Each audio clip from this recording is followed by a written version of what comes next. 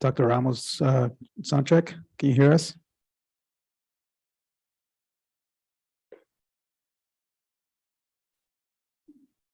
Sound check. Sounds loud and clear. Thank you.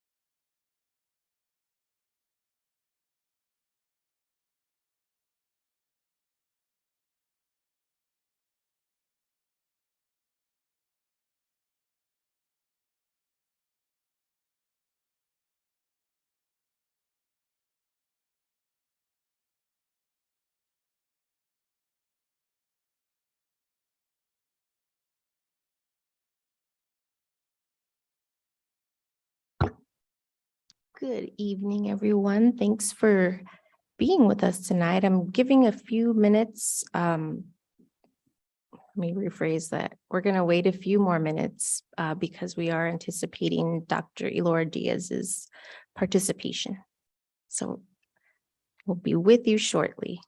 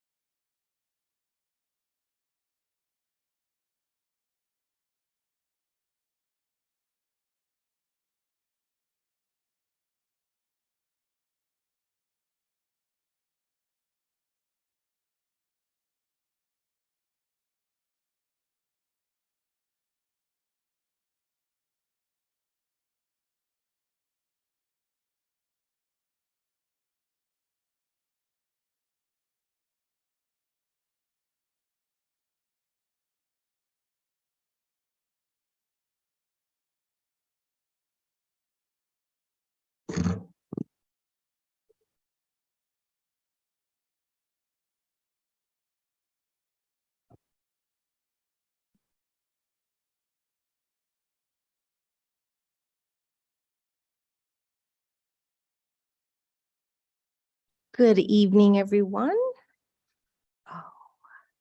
Welcome to everybody that's both in person and watching via YouTube live stream. I'd like to call the board meeting for November 15th to order at 5:23 p.m. My apologies. Also, one of our board members might be participating via telephone or internet conferencing. Mr. Carrillo's out of town on a professional development outing, so he might join us here shortly. Let's begin with our tribute. In partnership with the tribes who called Phoenix their home first, we acknowledge and respect the land our schools are built on. We commit to being a strong partner with any and all tribal nations who entrust their children to our schools. We are grateful and honored to be partners. Good evening, Ms. St. Clair. I'm so glad you're here. May we please have a roll call for attendance this evening? Yes, I am happy to be here. Thank you. Mr. Carrillo, Not Mark is coming soon. Ms. Trujillo, present. Dr. Vink, Present. Dr. Laura Diaz, Present. Ms. Jessica Bueno. Here. Thank you. Thank you very much. With the quorum present, we can proceed. Mr. Quintana, may we please have the Pledge of Allegiance?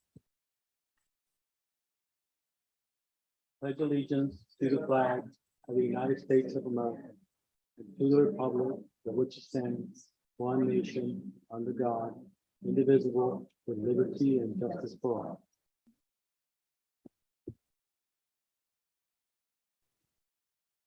Thank you very much. With that, let's move on to our adoption of the agenda. Dr. Hagigat, do we have any recommendations for our agenda this evening? Yes, I recommend that the agenda be adopted as presented. Wonderful. Do we have a motion to adopt our agenda as presented? Jessica Bueno, so moved. Alicia Vinkel, second. Thank you both. Ms. Kim, can we please have a roll call vote to adopt our agenda? Mr. Carrillo, not present. Ms. Bueno, Yes. Ms. Trujillo, Aye. Dr. Vink, Aye. and Dr. Laura Diaz. Aye. Thank you. Thank you. With that, our motion passes and we will move on to our awards, recognition and announcements. I'll go first. The Phoenix Community Alliance hosted an Ed Talk on connecting the missing middle at Phoenix #1. Downtown Phoenix business representatives and district educators developed ways the business community can participate in local middle schools, students and teachers. We would like to thank Dr. Davila Hagigat and CJ Davis and the IEIS at Capitol School for serving as panelists for the Ed Talk.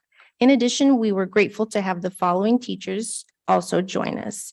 Zane Sai from Emerson School, Kaylee McHugh from Edison, Cassandra Davis from Hurd, Faith William and Jennifer Matthews from Shaw Montessori, and Connie Mack from Lowell. Thank you, PCA and business partners, for engaging Phoenix #1 in this exciting conversation.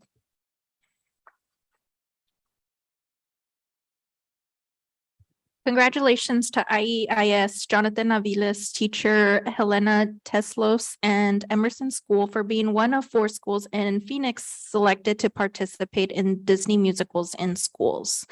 This will provide approximately 50 students in grades 3 to 5 the opportunity to participate in after-school theater opportunity and work alongside professional teaching artists. The students will also have the opportunity to perform their musicals at Emerson School, as well as ASU Gamage in the spring. Nice. Dunbar School participated in Make a Difference Day with Valley of the Sun United Way. Approximately 50 volunteers, including our staff and families, attended to beautify the school's outside areas and gym. The volunteers painted hopscotch in 4 square areas on sidewalks and basketball courts, rerouted irrigation and prepared garden beds for planting, and cleaned the gym floor to prepare for the new markings for sports. Dunbar students were so excited to play in these beautiful outside areas.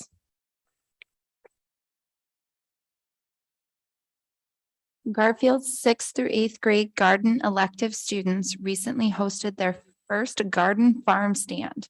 The students harvested the produce, created beautiful floral arrangements, prepared pricing boards, practiced counting back change, customer service, and proper handling of produce. They even sold out of eggs and turnips within the first hour. Our students did an incredible job interacting with the customers from the Garfield community, parents, and staff.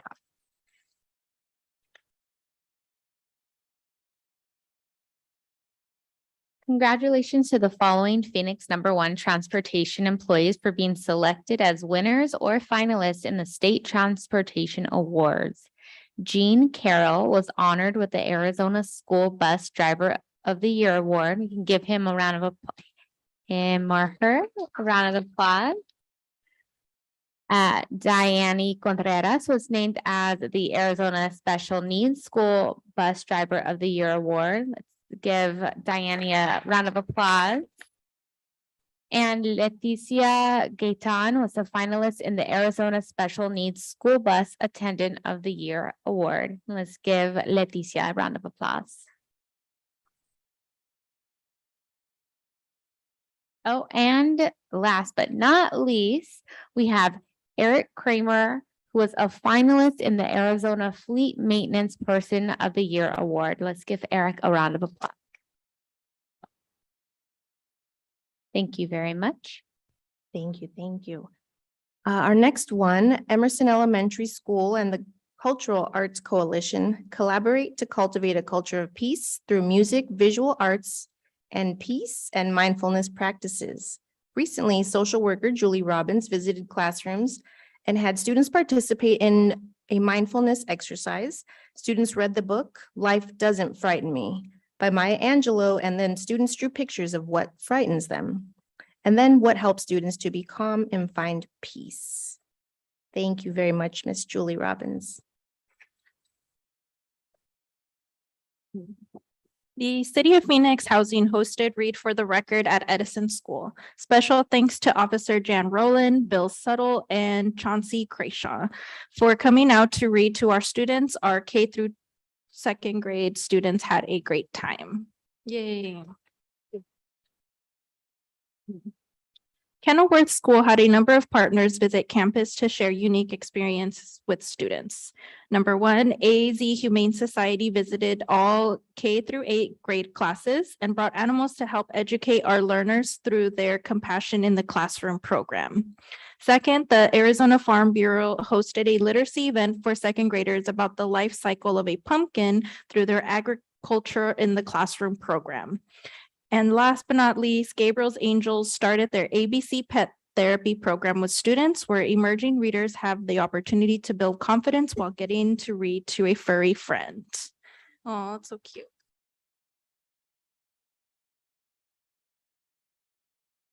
Phoenix #1 appreciates our families partnering with our schools, and our sites have hosted a number of family engagement opportunities. A special thank you to Endo Cares and G Road for hosting a health and wellness fair at Emerson School in October. A number of vendors participated and provided free sports physicals, BMI and cholesterol checks, diabetes and skin damage screenings, and COVID vaccines and boosters were available. In addition, there were a number of other vendors providing important health-related information. We appreciate the support from all of the agencies in attendance to help meet the health and wellness needs of our community.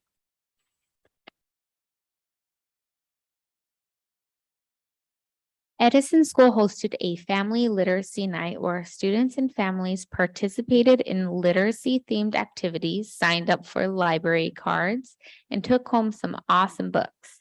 A special thanks to Phoenix Public Library and City of Phoenix Housing for partnering with Edison School in providing this literacy night for families. Thank you.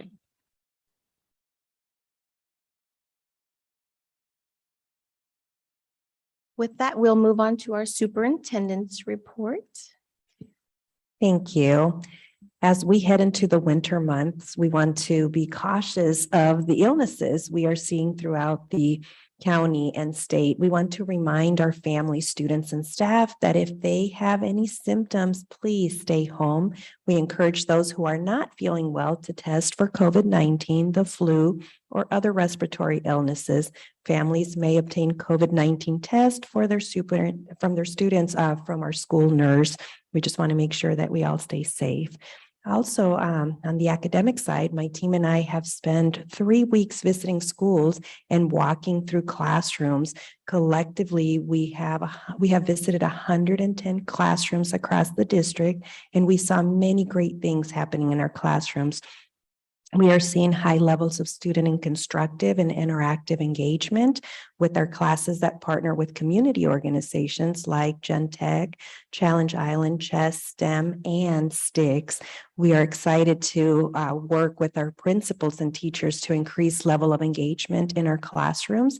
And I want to thank our community partners for coming into our school and providing engaging lessons in STEM, chess, and other innovative programs. I also would like to extend a big thank you to the Phoenix #1 families and community. Their ongoing support continues to demonstrate the commitment to the education of our students and the contribution for the future of public education in Phoenix #1. We want to thank our community partners in education and Phoenix #1 Board President Carmen Trujillo and Vice President Jessica Bueno for the time and effort that has been given to the support for the approval of the bond and property lease, sales, and exchange. We also want to extend a warm welcome to Erica De La Rosa. Ms. De La Rosa will serve the Phoenix #1 community in her role as governing board member beginning January 1st of 2023. And of course, we want to welcome back Ms. Carmen Trujillo. We are grateful for her desire to serve our community for a second term in the role of governing board member. We would be remiss to not extend a special thank you to our Phoenix #1 governing board members, Carmen Trujillo, Jessica Bueno, Alicia Vink, Reggie Carrillo, and Eleonora Diaz for their countless hours they have volunteered to serve our community in various ways. Just full of gratitude tonight. Thank you.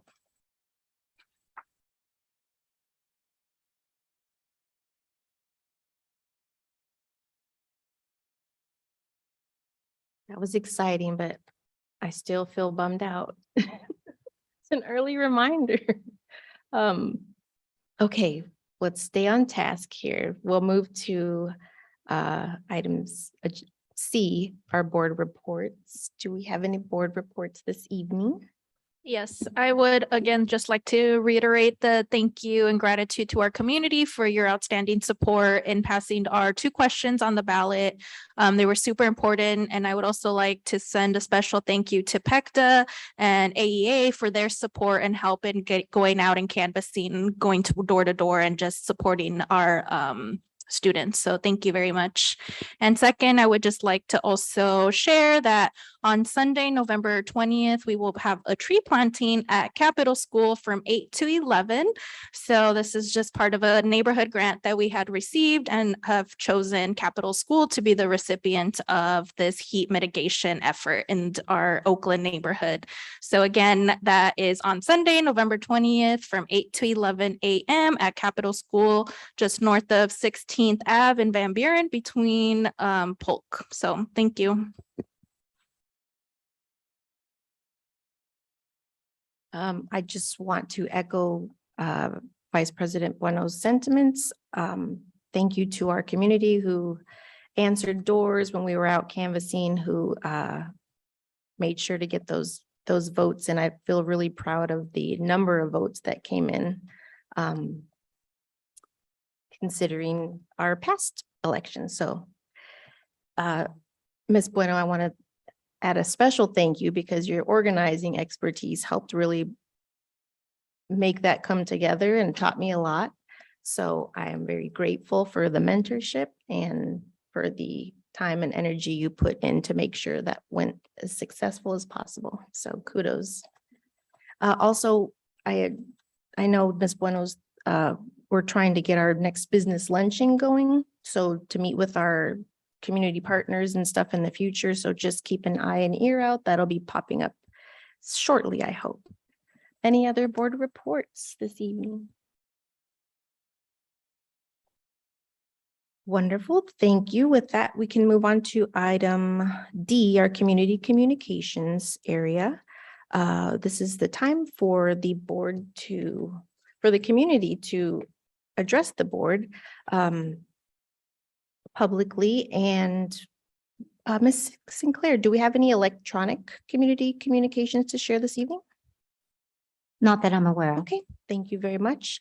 With that, we will stick to our normal 3-minute time frame, but with only 3 comment cards. Please feel free to finish your comment.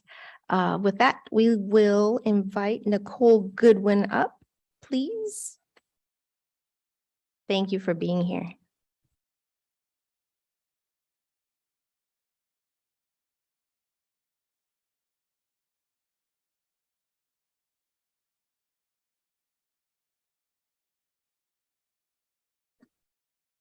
I am speaking to you tonight because we have a district-wide issue with PTO.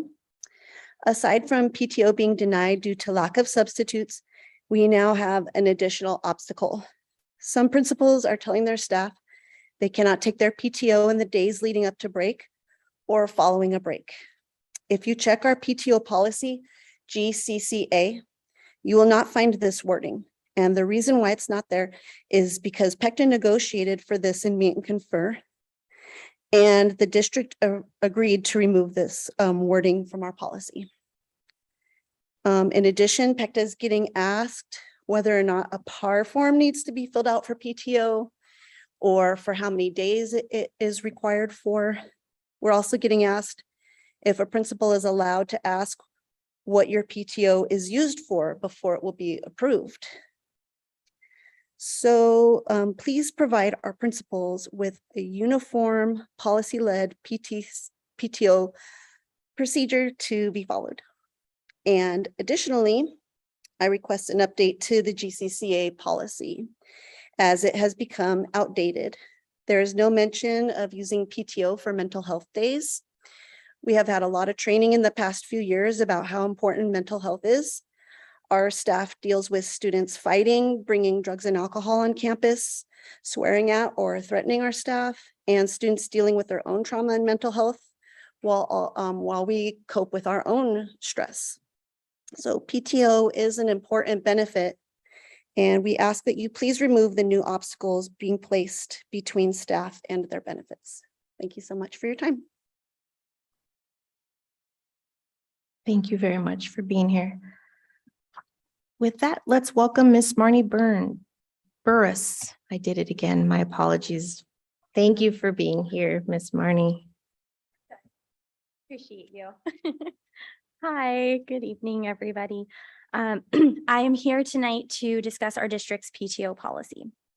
While I'm generally a believer that policy exists for a reason, I truly feel that our policy, which states that PTO is not to be used for vacation, has the potential to be weaponized against the staff who support our students each day.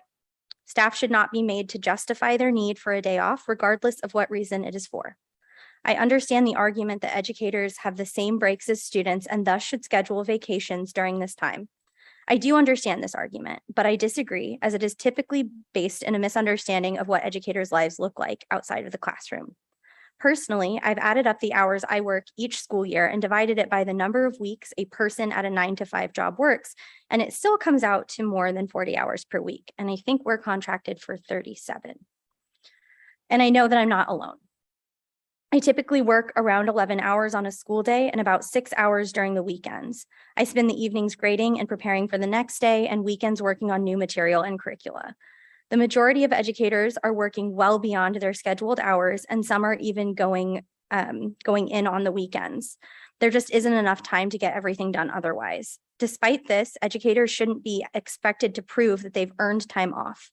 All people, regardless of their career paths, deserve to have lives and experiences outside of their work.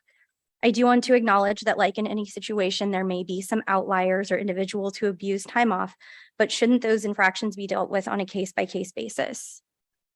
I stand here humbly asking for this policy to be reviewed and asking for a return on the grace that educators have been asked to extend throughout the past 4 pandemic school years. Thank you.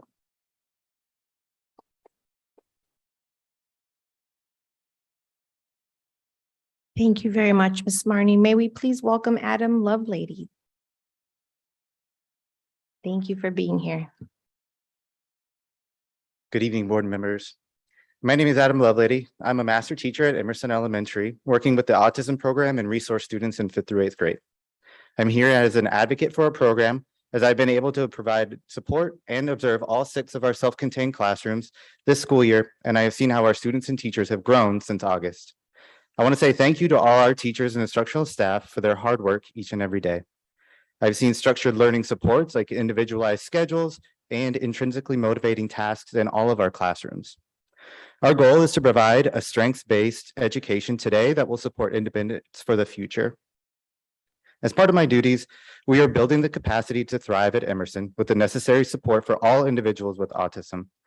As part of this process, with the support of our principal, Nicholas Lodato, and the Director of Exceptional Student Services, Alicia Zelvis, we've been able to update our sensory room and are currently providing 2 sensory rooms that meet the variety of needs presented on our campus. Separated and designated as sensory seeking for active students and sensory sensitive for students that may feel overwhelmed by the elements within a school day. However, we do know there are always ways to get better. Jason Parsons, an instructional assistant, advocate, and autistic, has presented numerous times at previous governing board meetings discussing the need for more training for staff. Through our monthly autism support club meetings, we have outlined a plan to provide meaningful autism understanding training for support for all staff and families. However, this is a large undertaking, and I'm here to ask for support. We have established a partnership with Sue Golubach, the founder of Making Sense of Autism. Sue is a retired occupational therapist that has developed the neurostrengths-based autism framework and provides coaching and training virtually as well as in person. We're looking for support as we create training videos that meet the diverse needs of our district at site levels and for our community abroad. If anyone is interested, our next Autism Support Club meeting is tomorrow from 4 to 5 on Google Meet. I'd be happy to provide you the link by email, so you can email me at adam.lovelady@phxschools.org. So as we discuss the plan and the best way to meet the needs of all of our learners and the autistic community. Thank you for your time and consideration. Thank you very much. With that, I will remind everyone that the board is not able to comment on community communications, more specifically things that are not on this evening's agenda. So matters of concern will be taken up with Dr. Davila Hagigat and the rest of cabinet. Thank you very much for being here. With that, we will move on to item E, the approval of our consent agenda. Do we have any recommendations for the consent agenda this evening? Yes, I recommend that we adopt the consent agenda as presented. Thank you. Do we have a motion as such? Jessica Bueno, so moved. Alicia Vink, I'll second. Thank you very much. Ms. Kim, may we please have a roll call vote to approve our consent agenda as presented? Yes. Aye. Aye. Aye. Aye. Thank you very much. With that, our motion does pass. And our consent agenda is now approved. Our consent agenda is an item we gather on here. So that way the approval goes through for multiple things at once with one motion as opposed to having many. The items in the consent agenda have gone through cabinet and board review already earlier this week. So just a heads up on that. With that, let's move on to item F. F1, we are going to do a receive and discuss for our student outcomes focus on transition to high school. Policy IKE, who will be presenting this? Thank you, President Trujillo. Tonight, we have Dr. Gonzalez, who will have an opportunity along with Dr. Elshire to come and share with us on this presentation. I will invite him to the podium. Welcome. Thank you both.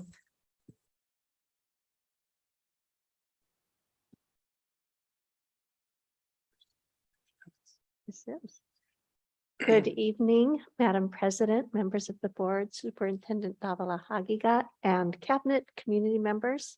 We're both very proud to be here tonight, and we know this is a special request of Board Member Diaz to find out what we're doing on our transition to high school. This is also an important part of Dr. Ailshire's work with our students, and so I'm very proud to be up here with him, where he gets to showcase much of the work he's been doing with our entire academic leadership team to make sure that our students are ready to successfully transition. And so I'll turn it over to Dr. Ailshire at this moment. Thank you, Dr. Gonzalez. Appreciate it. Good evening, governing board, cabinet, Dr. Hagigat. I hope you're having a wonderful day so far. So it is absolutely my pleasure to be up here with Dr. Gonzalez. It's the first time we've actually co-presented together. So it's like, put in my scrapbook for later. All right. So I wanted to start, as we should always start, with the sort of the research behind the why of what we do. And when we look at the research about what are the major factors that influence students' access to, persistence, and graduation from high school, we find that there are about 4 major indicators that are all equally weighed. Student attendance, one of the foremost data sets that have been verified in the research for students for high school is that attendance is one of the most, if not the greatest indicator of whether they promote to and then graduate from high school. By 6th grade, chronic absences becomes actually the leading indicator of whether a student will actually end up dropping out of high school. And that's in comparison to all other factors that we're going to be talking about tonight. But there are other indicators as well. Student behavior obviously is has a large impact. This is something that I know the board has taken a lot of interest in as the years have gone by regarding the impact of exclusionary discipline on our students. Being suspended once actually doubles the chance of a student that will drop out, raising the risk to 32% from 16%. For those suspended 2 or more times, the dropout rate actually becomes closer to almost 50%. So this is again why the focus has been so, why we had such a concrete focus in our district around the use of exclusionary discipline. What we've also found out, thanks to the pandemic, among other things, is the importance of social emotional wellness for our students and its impact on high school readiness and persistence. Students impacted by traumatic events and without coping strategies are actually more likely to experience chronic attendance, academic challenges, and behavioral challenges, which all ultimately feed into the data about high school entry and persistence and graduation. And then finally, as we know, academics is key. 1 in 6 children who are not reading proficiently in 3rd grade do not graduate from high school on time, a rate that is 4 times greater than proficient leaders. And I've got all the various references there for your reference regarding where all this data comes from. So now we have our theory of action. So you'll see the research that Dr. Ailshire shared is part of our inputs. It's that focus on student engagement and academics, developing school attendance teams to focus on that notion of chronic absenteeism and preventing chronic absenteeism, revising and updating the student code of conduct. You've been part of helping us to revise our policies around our student codes of conduct and discipline rates, and then helping to provide SEL curriculum and school strategies for trauma-informed care. When you move into our outputs, you can see that we have increased academic readiness. We've spent a lot of time focusing particularly on early reading intervention strategies with our letters training for all staff, as well as an emphasis on core phonics to make sure that our students are starting their reading journeys early. But we also know that there are benefits for those programs for students even in the middle grades who have not yet had that opportunity.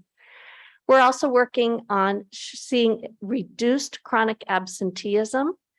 Our school attendance teams work with our family and community engagement specialists to make sure that we are working as outreach with our families to support presence rather than a focus on truancy, and making sure that families are supported to help their students when they come to school. And along with that, the reduced exclusionary discipline, and we're very fortunate to have our ITI model as an example of a way that we are able to keep kids in a program and to get them back onto their campuses as quickly as possible when we do in fact have a need to exclude them from their regular environment. And then, of course, the increased support and interventions for all of our students for social and emotional wellness. Our outcomes are to reduce the chronic attendance of 8th graders. Currently, our rate of chronic chronic absence is 32%. We want to reduce that to 20% by 2025. Reduce the use of exclusionary discipline across the board. And as you know, we've had trouble with past data processes to be able to track what our actual exclusionary data is. So we've got a baseline that we're gathering now, and we'll be able to set goals with that. And then increasing our ELA proficiency for 8th graders from 26% to 50% by 2025, and in math from 14% to 45% by 2025.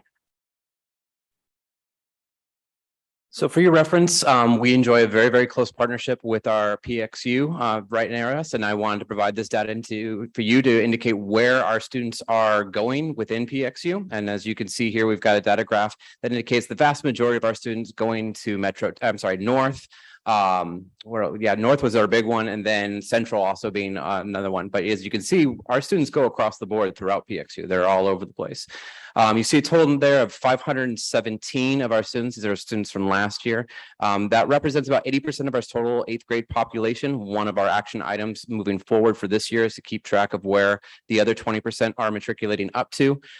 We know that we are increasingly surrounded by charter schools and private schools that are around. This is data that came directly from PXU. So they're obviously, if they're not registering with PXU, then we're not knowing where they're following up. So looking at what the charter school situations are and where our students are going on that, so that we can create a fuller picture of where they're matriculating up to and keeping track of them as they go through.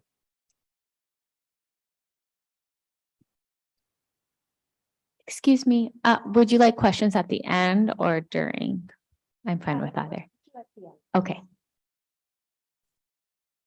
So this shows how our students are doing in the high school once they enter in their first semester. And so you can see our English, our students are across the board. Our students are primarily earning A's or passing letter grades. D is technically a passing letter grade, but of course we want our students to be earning A's, B's, and C's.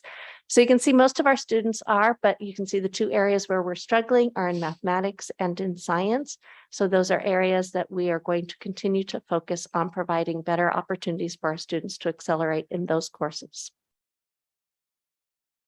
And then the next area that we're looking at is our promotion and dropout and transfer rates of students in Phoenix Union High School District.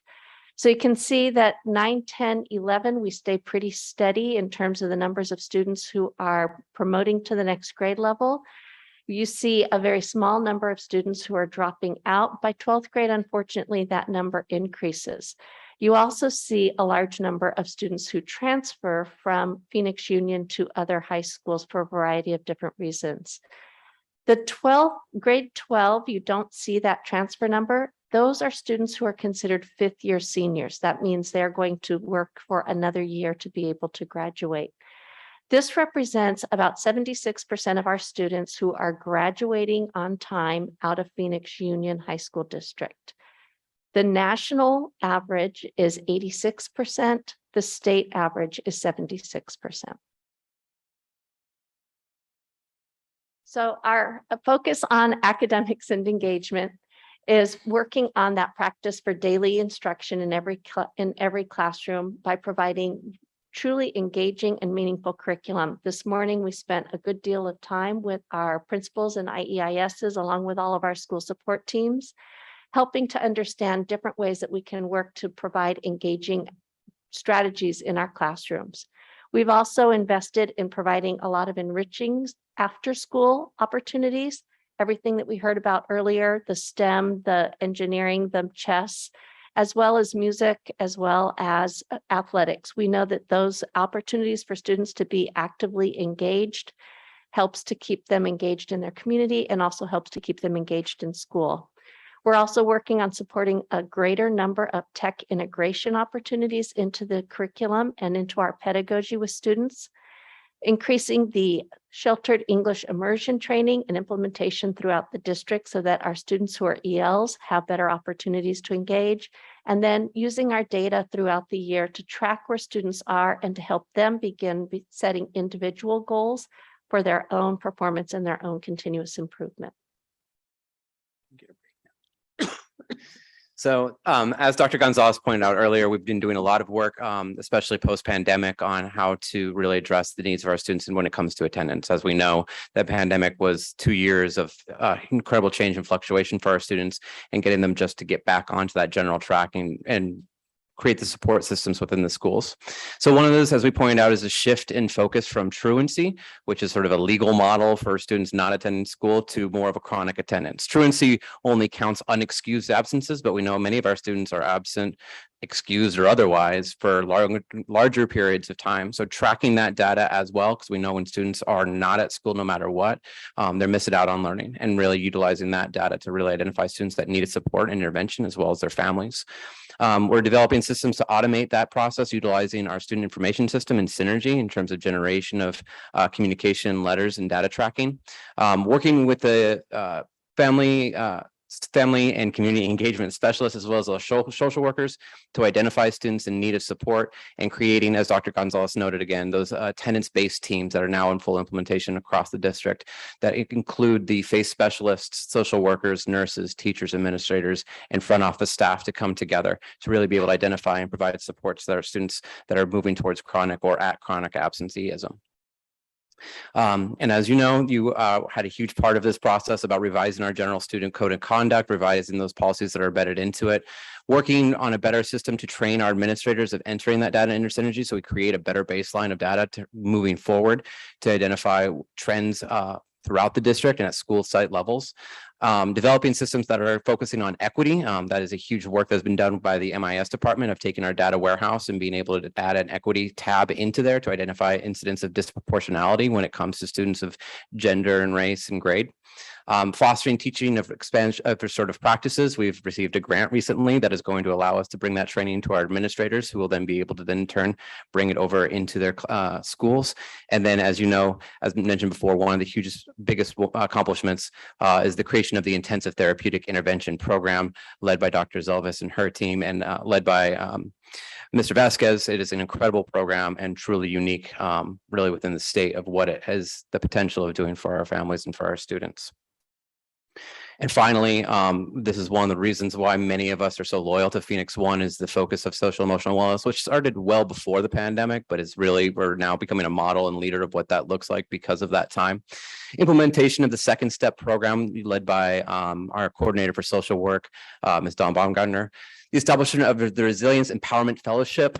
This is a really important and really exciting practice where we're going to be providing training to a variety over the next 3 years of individuals throughout our district in the adverse childhood experiences and the impact of trauma that has on our students, and how to generate resiliency within them. And providing wraparound supports for families experiencing instability in areas of finance, transportation, housing, and medical services. This is something our district takes very, very seriously. And again, I've been in many different districts around the state, and this is something that is really that is exemplary that our district does due to the individuals that lead these efforts. So how do we track these key indicators going forward? It's nice that we've got these goals and we've got these identifiers through the research. I bring, once again, we talked about this a little bit before, about the use of Panorama as a tool moving forward for us. Panorama is a phenomenal program that we are beginning to implement. We have implemented district-wide, and really working to train everyone throughout the district in the use of this program. As we noted before, there are some really key indicators that indicate whether students go into, persist, and promote from high school. Panorama is designed to measure just those very things. Everything from academics to their attendance to their behavior, as well as their social emotional wellness. So utilizing this platform moving forward, we're able to keep better track of what our students are needing support and which ones are really thriving, and what schools are doing that well, and what schools, what we can learn from those schools that are really thriving in those areas. And that will be moving forward for this year and years to come as we track that data for our students. And with that, I thank you very much for your time, and any questions that you might have. Well, first, thank you so much for engaging in this process. I know it's something that we're continuously doing, but it's helpful to take a step back and dedicate time and intentionality to this. So thank you. And thank you for beginning with the research to really ground us in the direction, because I know that there are endless possibilities for how we could approach something like this. The one question, so overall, awesome, really think that we're gonna have some excellent progress with the focuses. The one question that I had was, in terms of tracking the students outside of Phoenix Union, and I understand why we do track for Phoenix Union primarily. Have you partnered with ADE or the Decision Theater to identify those students? Or are you familiar with the Decision Theater and their modules? I am familiar with their modules, and at this point, we have not yet done that, and I Okay. appreciate that suggestion. I think that's a wonderful idea. We've had a tight relationship with Phoenix Union, and Mhm. because 80% of our students have attended there, but because of the work of Dr. Ailshire in the past couple of years, we've started to really be able to identify that it's 80%. And Mhm. now we can start to track where are those other 20%. But I love the idea of using Mhm. Decision Theater to help us with that. That's a wonderful suggestion. Yeah, of course. And for those who are unfamiliar with the Decision Theater, it's a funded project through Helios and Arizona State University. And they have developed a partnership with ADE. And so they have every bit of data you can think of when it comes to a school and a student and demographics. And they have they've created modules on different transitions of a student's life cycle, and they bring in schools to do PDs, professional developments around their specific student population. So for instance, if we were interested in understanding longitudinally where our students are going, different characteristics around our students, you literally go into a theater type arena, and there's like 7 huge screens, and they walk you through all of this interactive data. You can toggle different indicators. It gives you predictions. And so I think that would be a great resource if you haven't looked into it. We will definitely look into it, and I'm ashamed that I had forgotten about that resource. Thank Oh, you. no worries. It's top of mind. I went and I was like, oh my gosh, like this is amazing. Well, thank you. I appreciate it. I'm looking forward to tracking along. I will also echo what Dr. Gonzalez says. Dr. Diaz has sent us that information, so I think it would be wonderful to go take a tour, check it out, and really see what that looks like. And I would like to go with, if possible. But I don't have any other questions. We'll carpool. We'll be fine. Yes, I echo the thank yous and gratitude for putting this presentation together. I appreciate just all the data and information you've provided, and I just want to make a request. I know Dr. Gonzalez have already requested this, so in our board update, just getting the information from our individual sites of how they're partnering with that transition to high school. So I think that's a little bit more of the data that we wanted to know is what are the engagement opportunities that are happening at our sites for the parents and families to feel comfortable moving into high school. And just so you know, I did do some investigation on that request just ahead of time, and we'll provide that update. But just to kind of let you know, I was talking a lot with my colleagues over at Phoenix Union, and they gave me some insight as well, some of our schools. A lot of that happens really starting in January and into the spring. Site by site, they reach out to schools that are predominantly their feeder schools and are inviting those schools to do individual presentations to their 8th graders. And that really happens all spring. It's led predominantly by our social workers, and I have a feeling as our family and community engagement specialists are now stepping more into this role of fostering that support, it'll be more of a collaborative and team effort.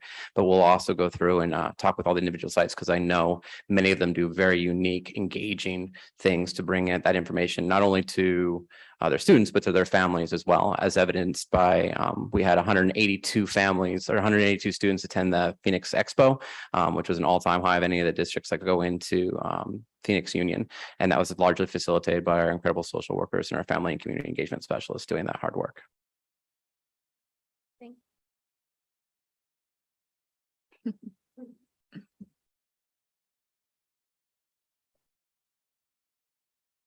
Thank you both very much. eighth grade is an interesting transition. So I'm looking forward to just the progress that comes out of it. I'm grateful to PXU for the time that they do give us and come to each of our sites that they can, just to really be there in person with our families at graduations and make sure all of the steps are in place. So I really value that partnership and I'm excited to see where we grow. President Trujillo, sorry, one more comment. Please, please. No action required, but just something that I will continue to always be a very big advocate for, especially when looking at the third grade reading data points. I know a lot is happening with our preschools and early childhood development, but what I am hoping to see, in the future, near future, definitely mid future, is that Phoenix Elementary is like the gold standard for early childhood education, because we want to start as soon as we can with our students. Thank you.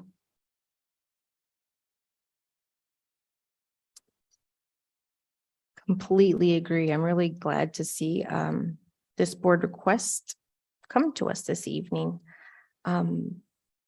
With that, let me get back to where I was. F1, we've already taken care of. Since it's a receive and discuss item, no action is taken yet.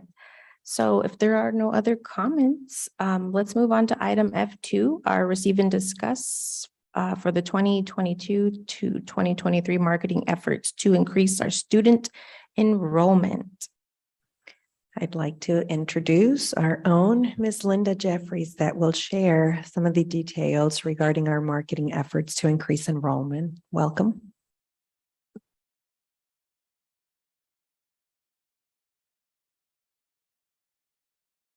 Welcome, Ms. Jeffries. Thank Hello, you. good evening, President Trujillo, members of the governing board, Dr. Hagigat, cabinet, and members of our community. I'm very excited to be able to share with you the marketing efforts for this school year to increase student enrollment. We'll be talking tonight. It will be our efforts in what we're calling our phase 1 strategies. And then at the end of the presentation, I'll be able to share a little bit about what's to come in phase 2. So as we all know, marketing is incredibly important to the livelihood of our school district, and it takes each one of us to market our district. That includes all of our employees, our bus drivers, our cafeteria staff, and especially our families. And so tonight I'd like to start by congratulating our schools. All of our schools, as you've heard, recently received letter grades of A's or B's. We're very excited about that opportunity. We want to capitalize on that as we begin our marketing strategy for this year. And so as you can see on the screen, we've taken this phrase, all Phoenix #1 schools are A and B rated schools. So you'll find that message on our website banner. We also have an Enroll Now button that appears on the top part of our website. And so what we're hoping for is for interested families to have an easy way to provide their information and start the enrollment process. And so they can easily click on that button and then just provide us with their name and email, telephone number, grade levels of their children. That email will go directly to our enrollment specialist, and then we'll have the opportunity to begin reaching out to our families and start the enrollment process early. We've written a blog that you'll find on the homepage of the website under the What's Happening section. We've also created a letter grades webpage that can be found under the family drop-down section of the website. I talked about the start the enrollment process form. And then we will be promoting each school's letter grade in the website header on each individual school. So, and we're still working on this piece, but this should be done in the next day or so. And so on each school's website, it will say their school name and the letter grade that they have received.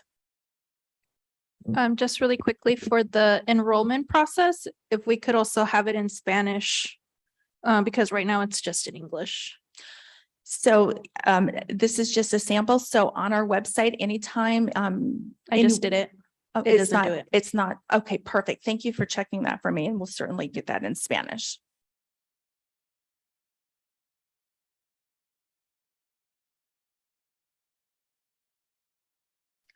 Okay, so in addition to our website, we are promoting our letter grades through social media. This is just a sample of the message that we've been posting, and we plan to post something on our schools and marketing our schools on a weekly basis.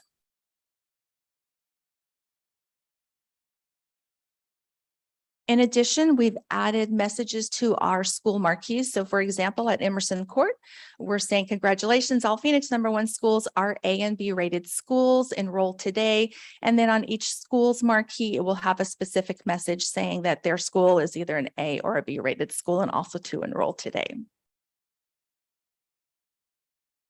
So want to just touch base on our current marketing outreach efforts. So we've got our social media platforms this year. We've expanded our social media to include all of the district's 14 schools, with the exception of Shaw. And then we've also created Connect with Us flyers and sent those to each of the schools, encouraging our families to connect either through Instagram, Facebook, or how to access the school websites. We have our preschool enrollment campaign, Come Grow With Us. And so we've printed Enroll Now preschool flyers that were mailed to 36,000 residents in the district. We do social media posts during the campaign and Facebook ads. And then we've also expanded the preschool classes onto several of our campuses this year. We have our Experience Kindergarten campaign. And again, we do mailers to 36,000 plus residents in the district, social media posts, and also Facebook ads. And then we launched our Inside Phoenix #1 newsletter last spring. Again, that's being mailed to over 36,000 residents and businesses within the school district. And so I want to talk a little bit about our ideas for our new recruiting or our new marketing efforts this phase 1. So we are going to be establishing recruiting teams of principals, IEISs, district staff to go out into the community and be present at festivals so that we can start communicating and just being present with our families and community members. And so our first event is coming up this Saturday, November 19th. We'll be at Barrios Unidos Park from about 10 to probably 2 in the afternoon. So if you're out and about, we'd love for you to stop by and see our table or share this information. And we're hoping to connect with many families and share the great things happening at our schools, but especially be promoting our preschool and our free full day kindergarten. Again, we will be hosting our second annual community picnic. We're currently working with the city in and selecting a day, but look for that information. We're looking for the end of February or into March. So we're very excited to be able to offer that again this year. We are exploring the opportunities of advertising on our school buses. And so we'll be able to share some additional information, but we're excited to be able to look at what does that look like and the costs surrounded with advertising on our buses. We're also looking at doing targeted directed print mail. So where we would get specific addresses for families within our communities who have either preschool children or kindergarten age children so that we can send a specific letter inviting them to enroll their children in our schools. And then we've talked with principals and we'll be hosting prospective new family nights at all of our campuses. We're asking our schools to schedule a night in the fall, one in the winter, and one in the spring, so that we can also be inviting our families to come into our schools, meet our staff, and see the great things happening on our campuses. So that was phase 1. And then what's to come in phase 2? So we're going to be looking at marketing to downtown businesses and our partners to be able to promote our preschool and our full day kindergarten program. We know that we have many people who work downtown, who commute, who might want to bring their children and have them close to them. So this will be a great opportunity for us to connect with the business community. We're also looking to help promote this idea with the Phoenix Community Alliance and ask them to share information on our schools with their PCA members. We're exploring billboard advertising, so more to come on that.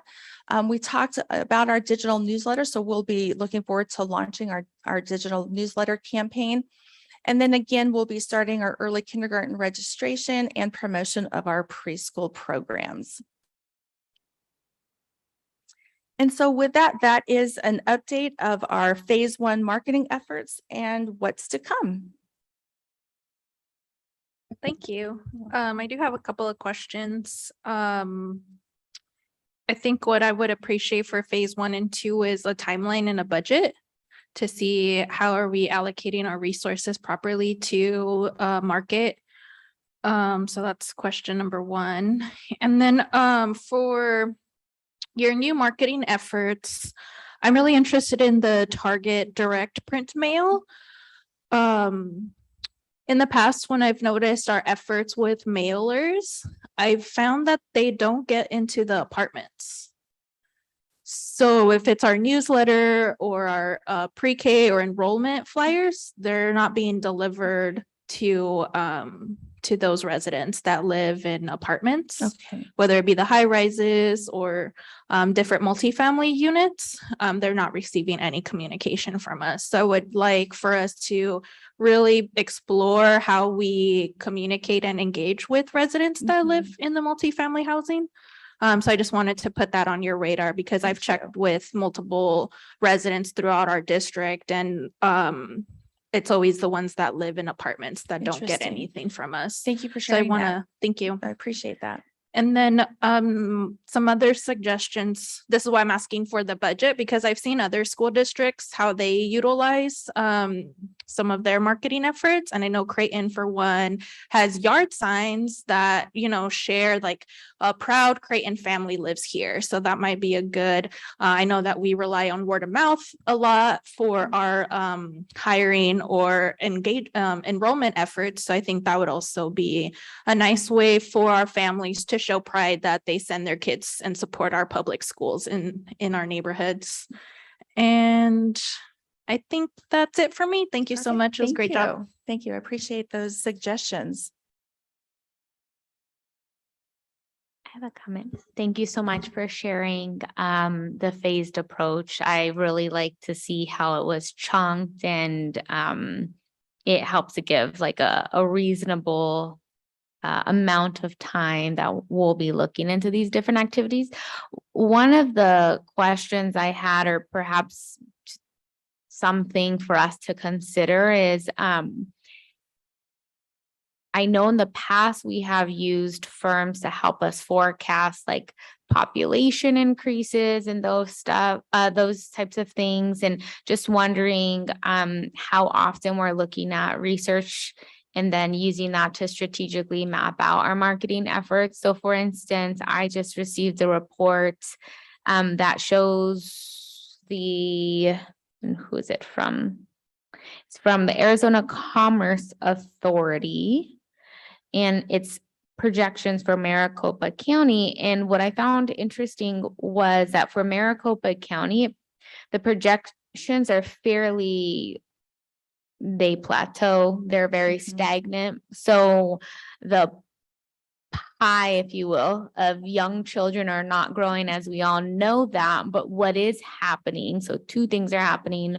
One, the pie of youth or young people from 25 to 39 are growing in Maricopa County, which one could reasonably assume that the elementary age population may in fact grow. But then two, while the current pie is not growing of elementary age children, what is growing are your micro schools, are your charter schools, so on and so forth. What I found interesting with that is the Chandler district, and I don't know if you all know this, they are at capacity with enrollment in many of their schools. And I know there's a few things that contribute to that in terms of their grade. They also have specialized schools. So as we consider, perhaps the phase 3, what are we thinking about in terms of some of those specialty schools? And even just, I have a 4-year-old, I'm going to have to start figuring out where I want him to go to school. And we have him in Little Big Minds right down the street. And as I ask his, the moms and dads of his peers, not one have said Phoenix Elementary. And I ask why, even though we have improved grades. And the 2 common themes that I'm hearing is the aesthetics of the building. While that might not feel like the most important things, these families are unwilling to send their kids to places where they don't feel like they don't really look that nice to them in terms of greenery, in terms of natural light, those types of things. And then the other is they are looking for specialized programs. Most of Teddy's peers, they will go to Madison Heights. And that's a Spanish immersion school, which I know we have as well. So how are we with the private preschool down the street advertising that to the parents? So those are just a few thoughts, but I appreciate all the efforts. Thank you. Thank you. Dr. Diaz, I'll share with you in our last Inside Phoenix #1 newsletter that went out. We did a page specifically on all of our schools. And so last year we worked with our schools on elevator pitches and the uniquenesses of their schools.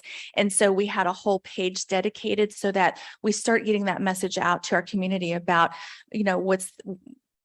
what's really great about our schools or what's the focus of that school. So we're certainly working on all of those with our principals, and we'll continue to capitalize on that. So we appreciate you sharing your insights as we continue to grow our marketing efforts. Of course. And with the outreach teams that you mentioned with the principals, will they consider presenting their elevator pitches or approaching the private preschools? Absolutely. This is an opportunity not only for us to be marketing Phoenix #1 school district, but it's an opportunity for our schools to also engage with the community and to be able to market their own schools. So we're very excited to be able to start building those teams and getting out into our communities. Also with the family nights that our schools will be hosting. One thing if you heard Dr. Hagegott share, we had the opportunity to go out and visit all of our schools, and we were in over 100 classrooms over the last 3 weeks. We have beautiful schools, and I'd like to just invite any one of our community members into any one of our schools at any time. Our schools are open, they're welcoming, and we want our parents to know that what's happening on the inside and just the aesthetics inside a campus and the feeling that you get on our campuses and in our classrooms with our teachers, they're doing magnificent work. So it's really exciting for me to be part of the team who went out and walked our school grounds and into our classrooms to see the level of instruction that we're seeing. And so I just share that with you as board members who are also communicating with our parents and our community members. As you hear those things, we want to be sure that we're inviting them to come in and look at what's happening on the inside. Absolutely. Definitely advocating for our schools the best that I can, but knowing that option is available, I will be sure to direct some parents your way. Perfect. Thank you. I do agree that getting as many community members onto these campuses as possible is key. And how we do that is absolutely up to you. But that is something that I have heard.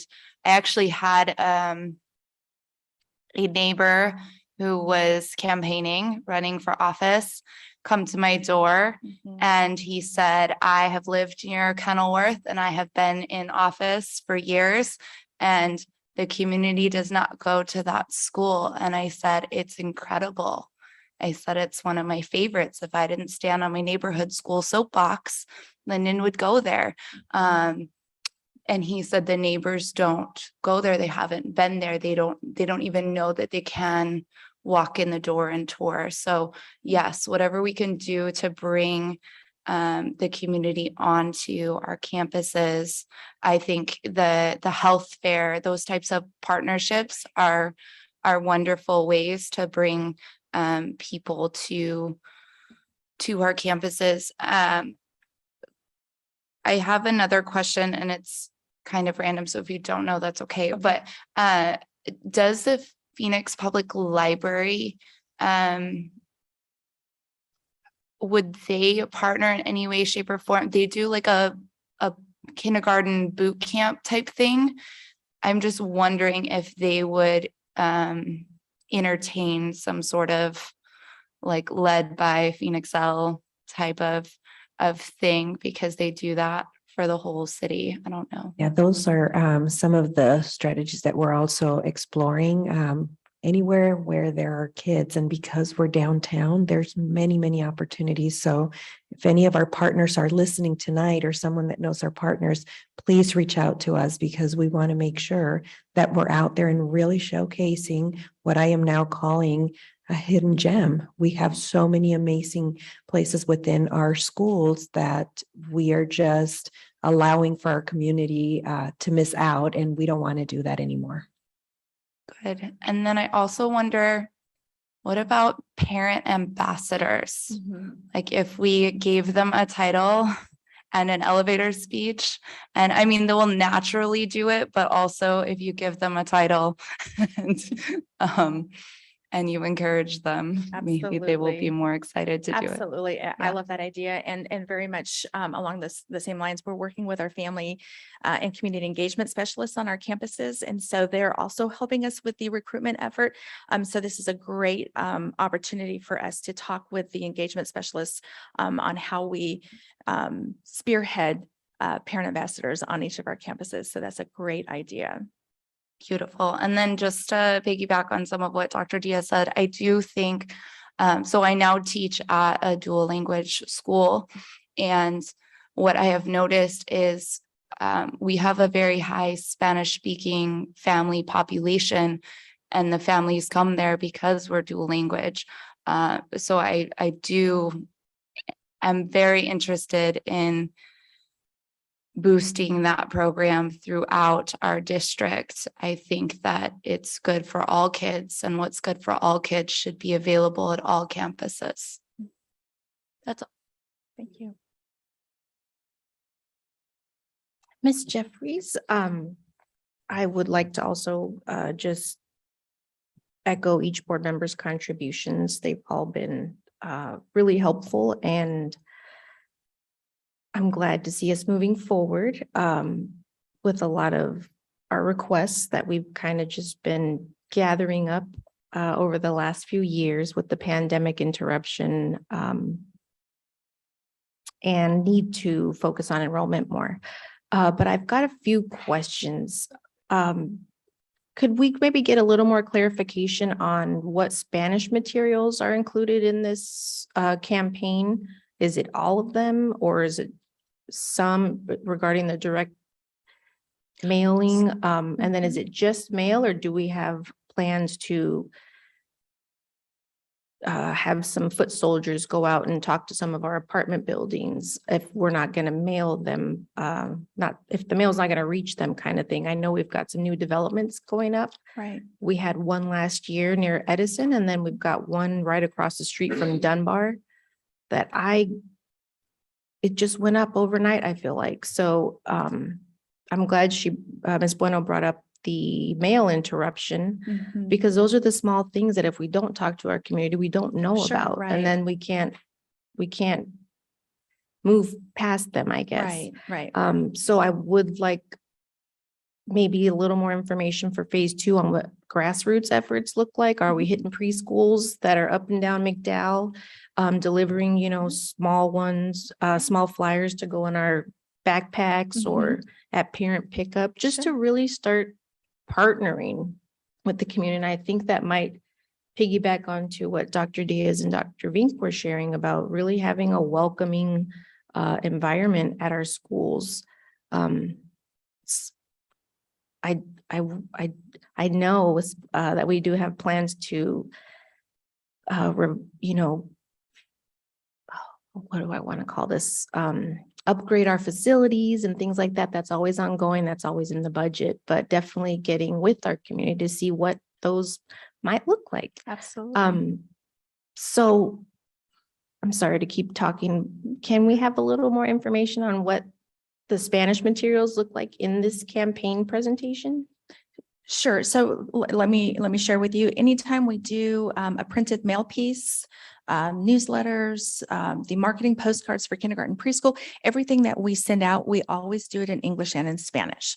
So you will see that our website, when you hit a translation button, it is supposed to be translating all of the content that's on the website. So I appreciate you sharing about the form, Ms. Bueno. So we certainly will look into that. So all of our efforts are always in English and in Spanish.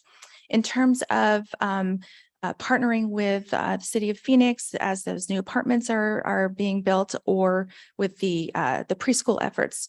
I know that Mr. Fuentes over at Edison, as they were having they had several events this year. So our principals certainly are out and about in their communities, and they are going out and marketing as those apartment complexes are open to the public. So we are certainly continuing with those outreach efforts with our individual schools.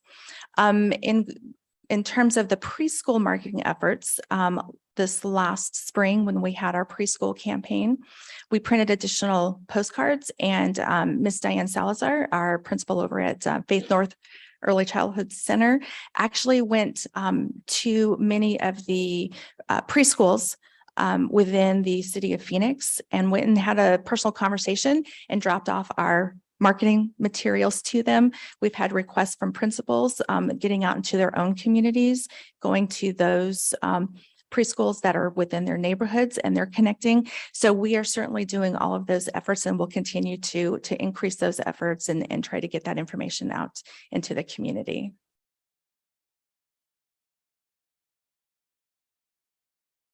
I had one more question and it's escaping me.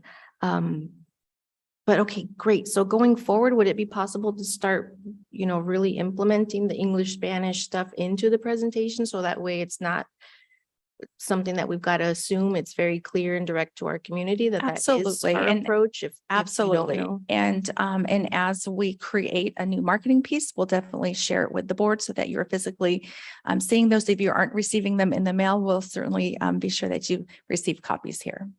I do love getting my newsletter, both online and in print. So thank you very Perfect. much. Thank you. Any other questions? All right. Thank you very much for Thank the you. information. Let's see, with that, let's move on to item F3. Dr. Gonzalez, you're up. Good evening. You've received a set of policies that have been proposed by ASBA. This is a first reading, so there's no action on this, but we've provided these for you so that you have opportunity to look at them in depth and to see if you have recommendations for us, and you'll give us that feedback through Dr. Davila Hagigat. Staff will then work on making updates to those. In addition, we have had opportunity to get feedback from legal counsel. And so in the second reading board update that you'll get, we will have 4 areas that will have some additional language added to them that'll be redlined in the copies that you're looking at currently. So we just wanted to give those to you so you had plenty of time to review them and think about them before we come back for a second reading in December. Thank you so very much. I am really grateful every time you give us our cube, I don't know what I want to call it, a 2x2 about everything that's going on with the policy, the summary, and what's new and what's old. So I do appreciate the time and effort you put into those. Do we have any questions? I just have a question. Are any of these policies like on a deadline that we need to approve all of them by December?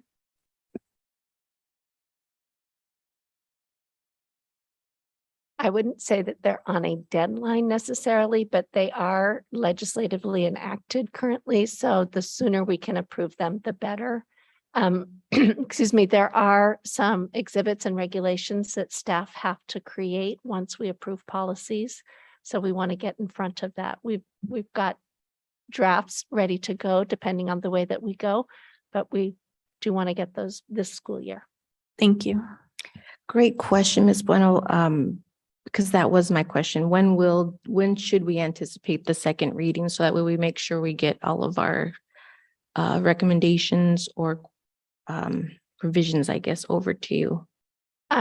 We would like to have the second reading and adoption of the policies at the December 6th Okay, governing so board following meeting. this very next meeting. So if you can get your feedback to us. Perfect. Okay, just wanted to have a time frame for that. Thank you. Thank you very much. Any other questions from the board? Hearing none, let's move on to our action items. Specifically, number G1, the approval of the program work for student outcomes-based governance and review of the implementation timeline. Board officers, trustees, myself and Ms. Bueno would like to use this time to review and discuss our next steps and moving forward with the student outcomes focused governance with JR3. In front of you is a tangible student outcomes focused governance manual, the big 32-page one, along with a copy of the proposed timeline. So I'm pleased to recommend that we do discuss and approve tonight both the work that we began discussing at our board retreat on September 7th and 8th, as well as a timeline. There's a copy of that as well in print. And I'd also like to welcome Dr. Ramos. He is here this evening if we have any further questions regarding the item, but I'd like to open it up to the board to discuss and hopefully approve.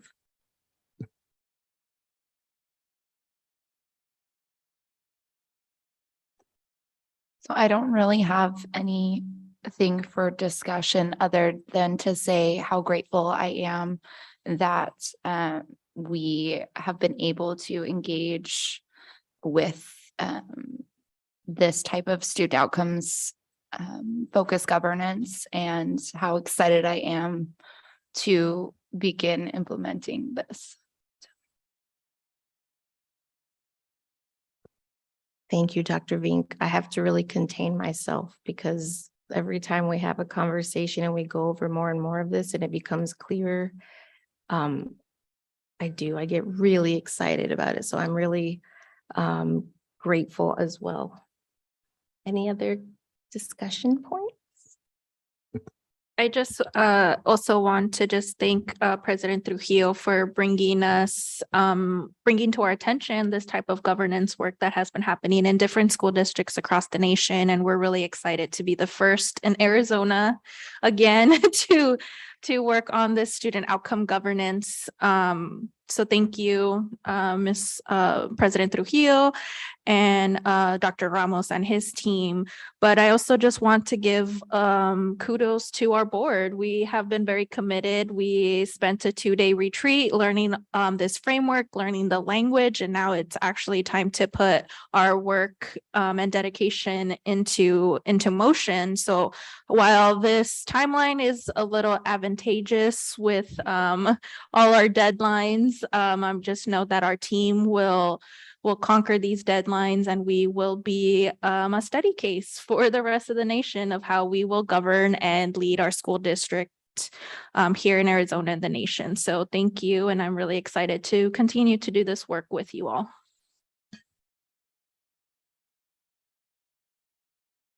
I just want to follow up to that.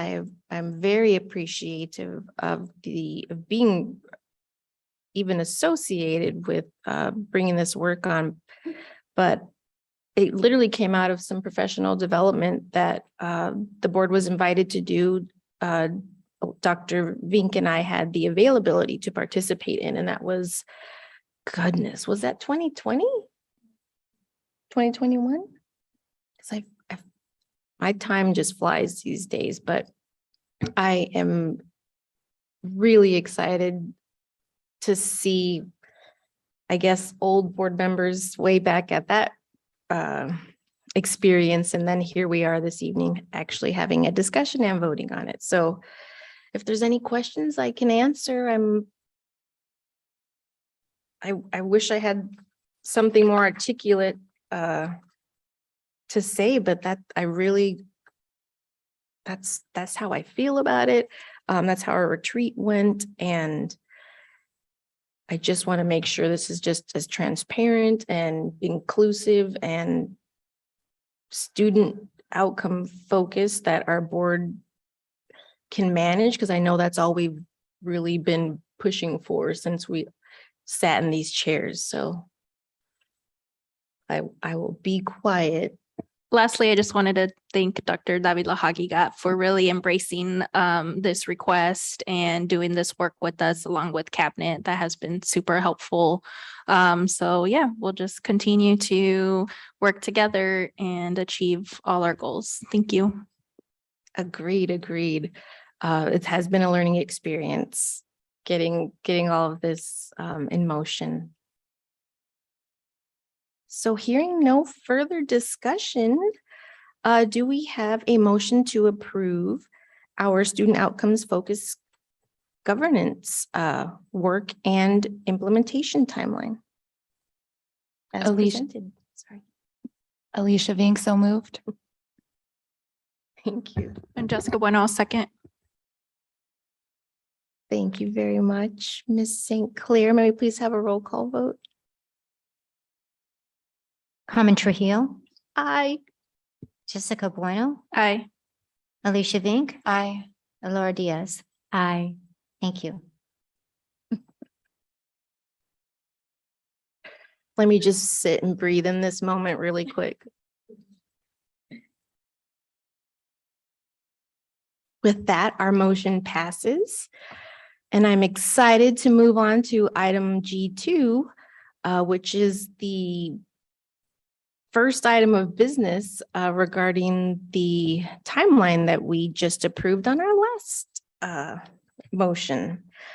We have to have an initial governing board self-evaluation. So we're just going to jump right into the timeline and get this work started. So Dr. Ramos is here to facilitate this evaluation. Each of you have a copy of the what do I want to call this? Our template, our board quarterly self-evaluation template. So Dr. Ramos, you have the floor. Thank you for being here with us tonight. And I'm so excited that this was just approved. Yeah, congratulations to you all. The work is officially beginning. And so we're going to jump right in. You should hopefully have a printed version of the Student Outcomes Focused Governance Manual in front of you. And so my role will be to walk you through what should be a fairly easy initial self-evaluation. And that being because I'll invite you to look at what I believe is page number 2, which is labeled Vision and Goals. The title on the top says that the board will, in collaboration with the superintendent, adopt goals that are student outcomes focused. So I'll invite each one of you to look at that. Start with what is the pinkish column that would say not student outcomes focused. If any one of those 3 is not completed or done, then we cannot proceed to the next column. What that would mean is we will get the points that are top of that column. So I'll give you a second to look at those 3 items under that column and see if you think you can proceed to the yellow column. Dr. Yellow. Ramos, Yes. I should have mentioned, I printed out our manual, but I also should have said that there are attachments on our board docs agenda link that have the timeline as well as the evaluation. So he means page number 2 of the item that's on our agenda. Hold on just a second.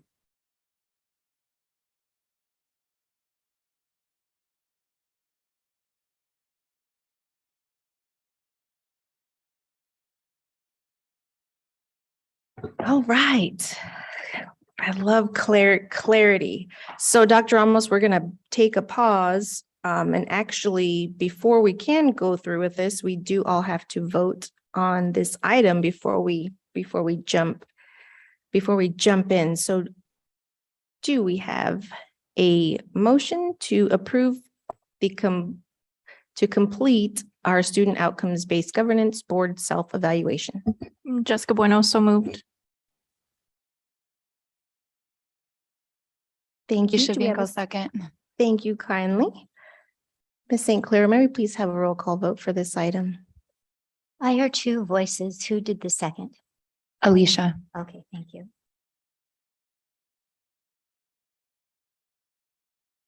Carmen Trujillo, Aye.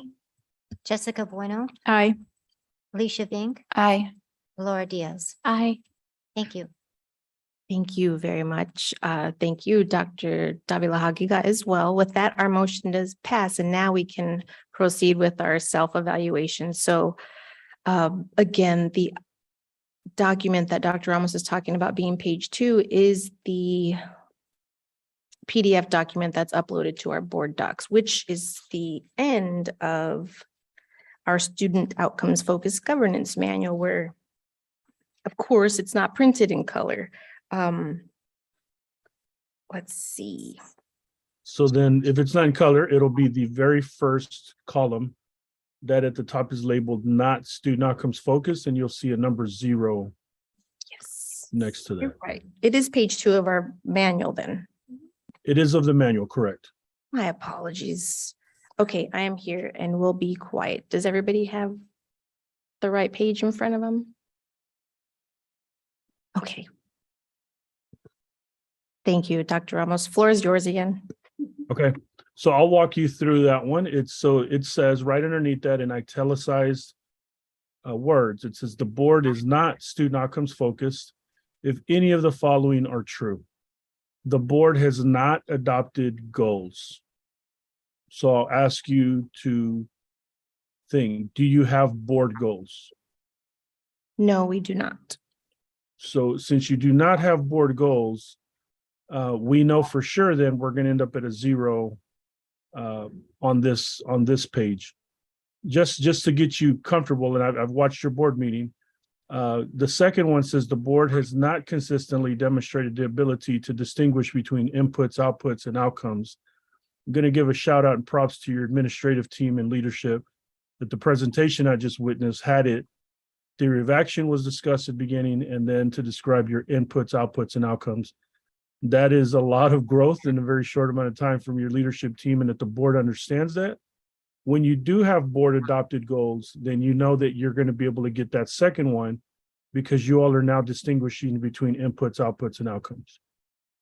The third one says the board has not hosted opportunities to listen to the vision of the community during the previous 36-month period. My understanding is that you've had some community engagement, some community outreach.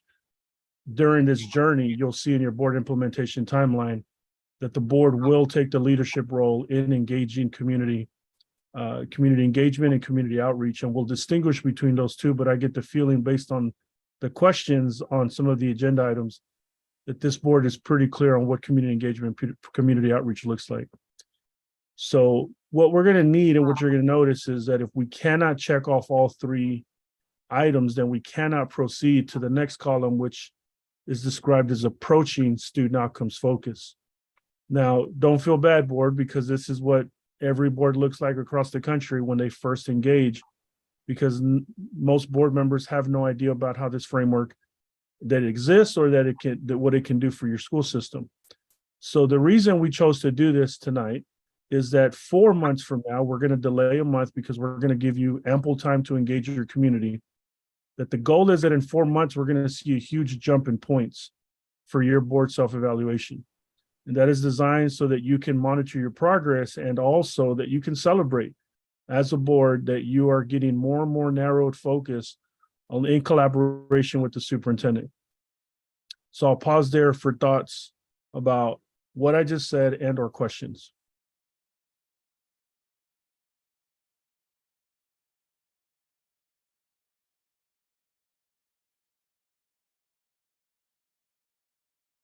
So then let me ask, what is the score for vision and goals, this first one? What is the number score for this one tonight? 0. 0, good. And if I remember correctly, though, I mean, if we haven't adopted goals, we're 0 for everything, correct? And that's why we're doing this tonight, so that we can just establish that we have a 0 so that we can grow. Okay, cool. We are gonna save a lot of time by. Yeah, sorry. Yeah, so, but again, right, the point is that at your leisure and at your time, that you review this framework so that you're monitoring where we could go. So so since we're clear on that one, let me ask this a different way. On vision and goals, and looking at the next column, approaching student outcomes focus, and maybe even looking at meeting student outcomes focus, where do you as a board think you could be at in 4 months?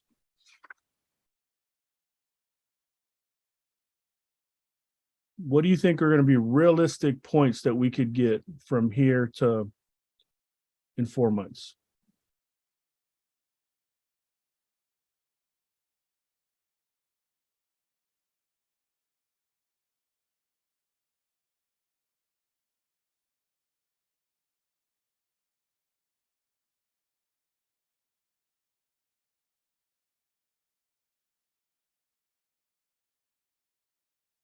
Okay, so to be clear though, in order to get the points for the column, we have to have all of the things in the column.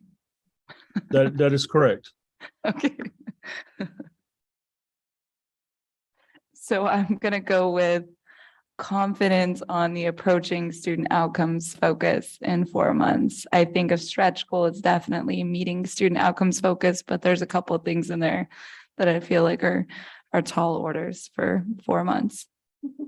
Good. So let's flesh that out real quick. What do you think might be a tall order?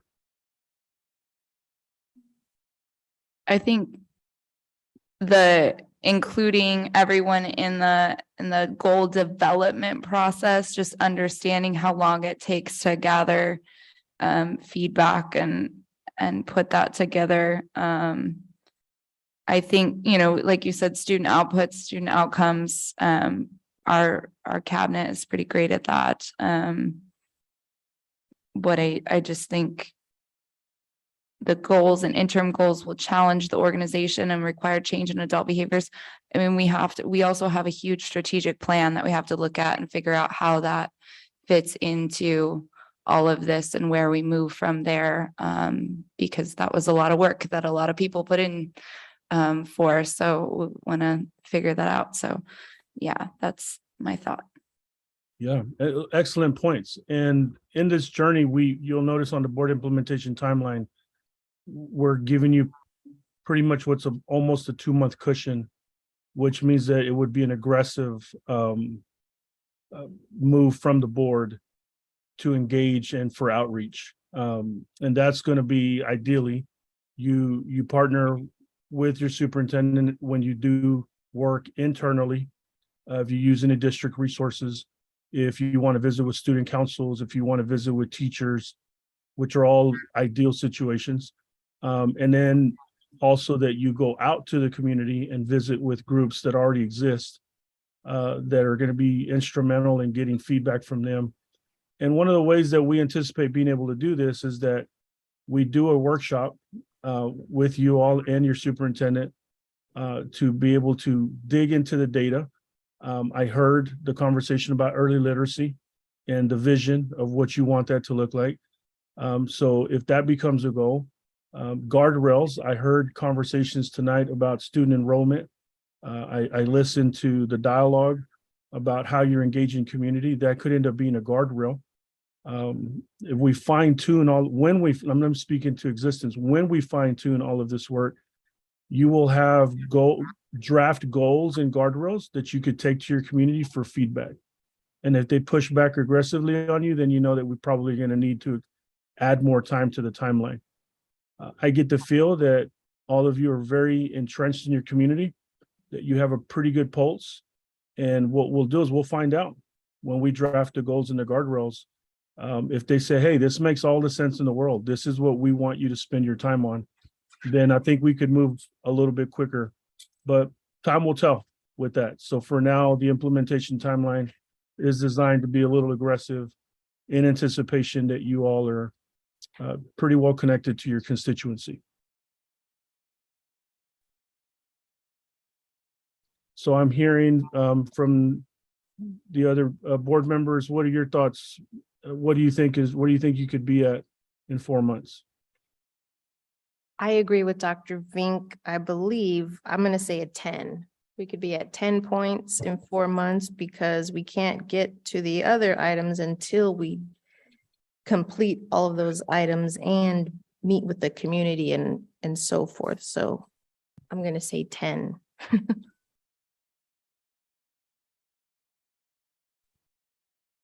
Okay. So knowing we're gonna get zeros across the board, let's go to the next one on on values and guardrails. Where do you think we could be at in 4 months?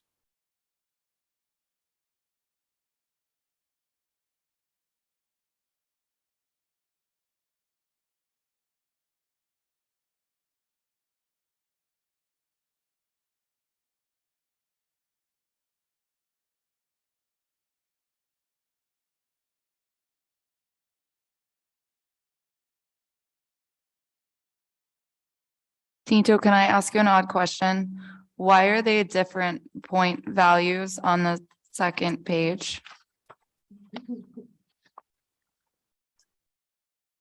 Absolutely, you can ask the question because through the research, we decided which ones would require more points to incentivize. Some boards will focus on the points versus on the entire approach.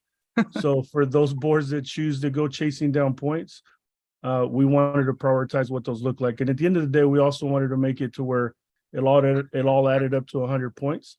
So you'll notice the priorities based on the point systems. Good question. So maybe I'm one of those focused on the points. Got it. It's okay.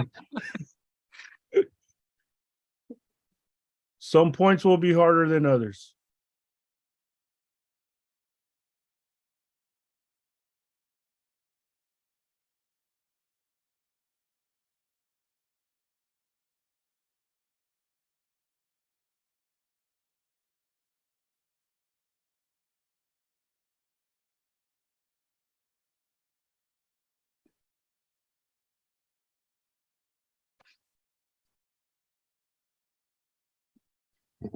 I think within the next 4 months, we would be able to achieve those 5 points.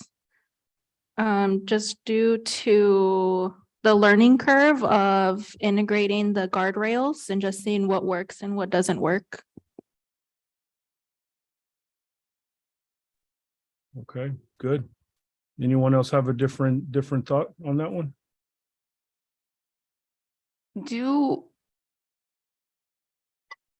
Is there a time when a board focuses on like one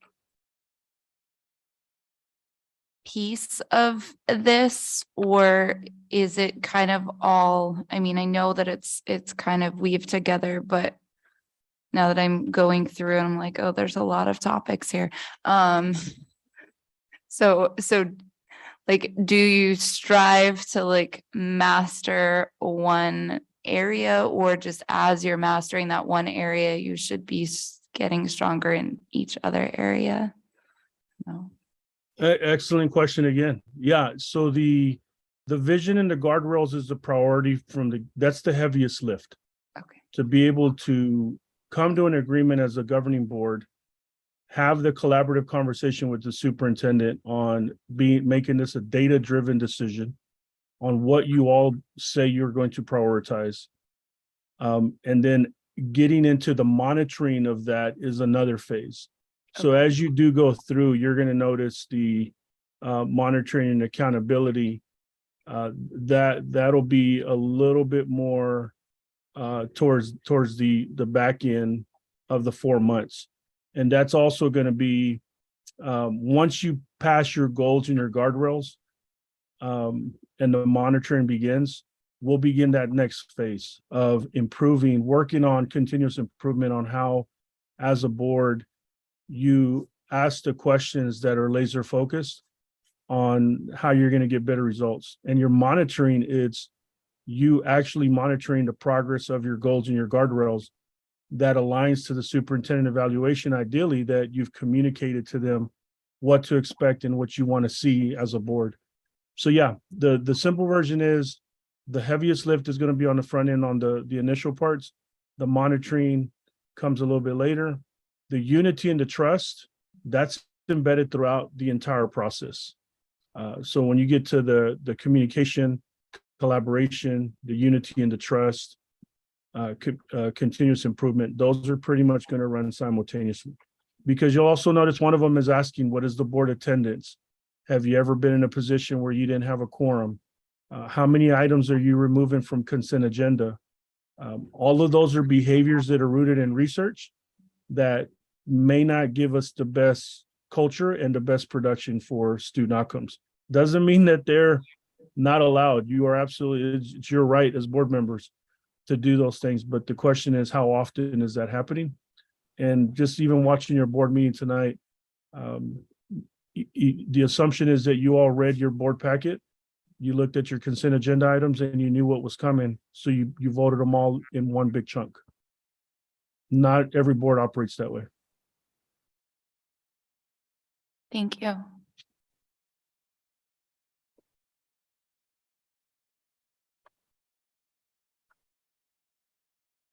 So am I hearing that on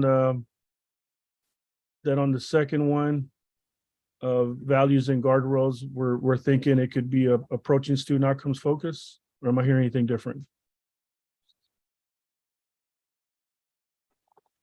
Yes. Okay. So let's go to the monitoring and accountability, which we know we're in that first column, but let me know where you think you could be at in 4 months on monitoring and accountability, which is titled, "The board will devote significant time monthly to monitoring progress toward the goals."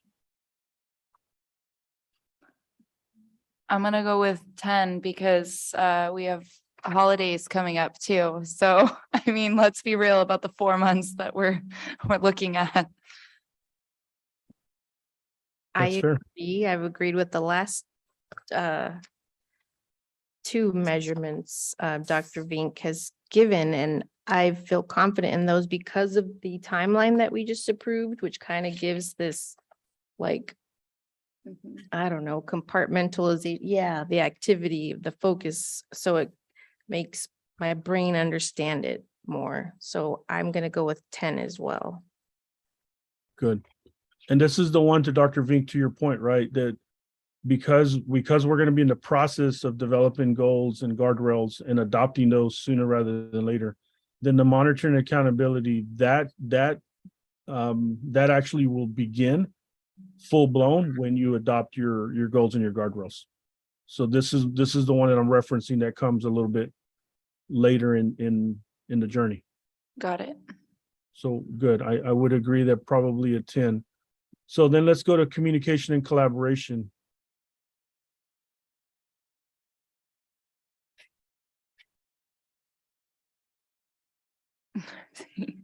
The numbers changed again and we are having thoughts about that.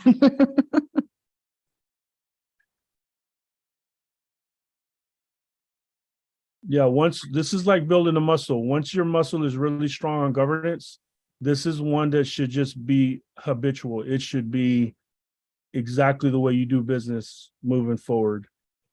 So for example, all consent, like on the second one, the second column, all consent agenda items were placed on a consent agenda and all but a few were voted on using a consent agenda. So this is another one of those where it encourages the board to spend more of its time focusing on student outcomes and its guardrails than on hot topics that may derail the board. I'll give you an example. Tonight, I'm coding your board meeting. You spent 22 minutes focusing on student outcomes. The challenge would be is which board goal is that attached to? So under this framework, you don't get those minutes because you haven't provided a clear path to everyone yet, but you are and you will. And so when you adopt your goals and your guardrails, all of these minutes will count. But if you think of how long this board meeting has taken, how much time was spent on monitoring student achievement, you spent 22 minutes. That's good. If let's say that your F2 item were to be connected to a guardrail, that was 26 minutes tonight. That would be a total of 48 minutes focused on potential goals and guardrails. And you can clearly communicate that. You codify it in a point where you can communicate that to your constituency and your educators in your school system. And what we know from this work is that when everyone from the community to your school system knows that the board is laser focused, they allow themselves, you also allow them, that's the parallel processing, you allow them to do the same thing. So these points are going to be lower because this is what a board should be doing. And y'all are doing a significant amount of this. So yeah, these points are harder for boards that like to be in the whirlwinds. So these points should be easier for you all. I think we could have a 5 for this one in 4 months for sure. Maybe a 10, but I don't want to push it.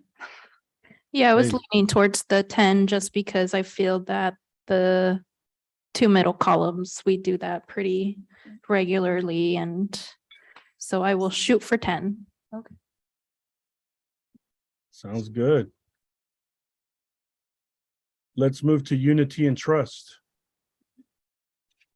This is described as the board will lead with one voice in its pursuit of the goals.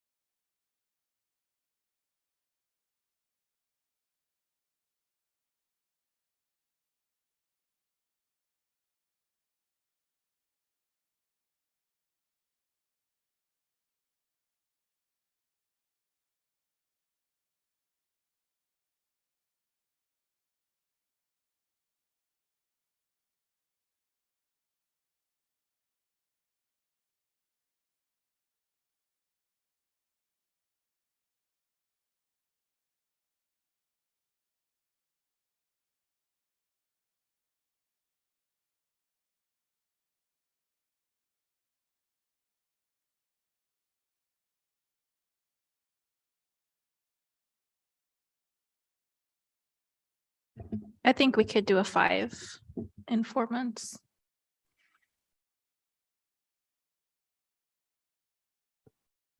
I just finished skimming through all them and concur.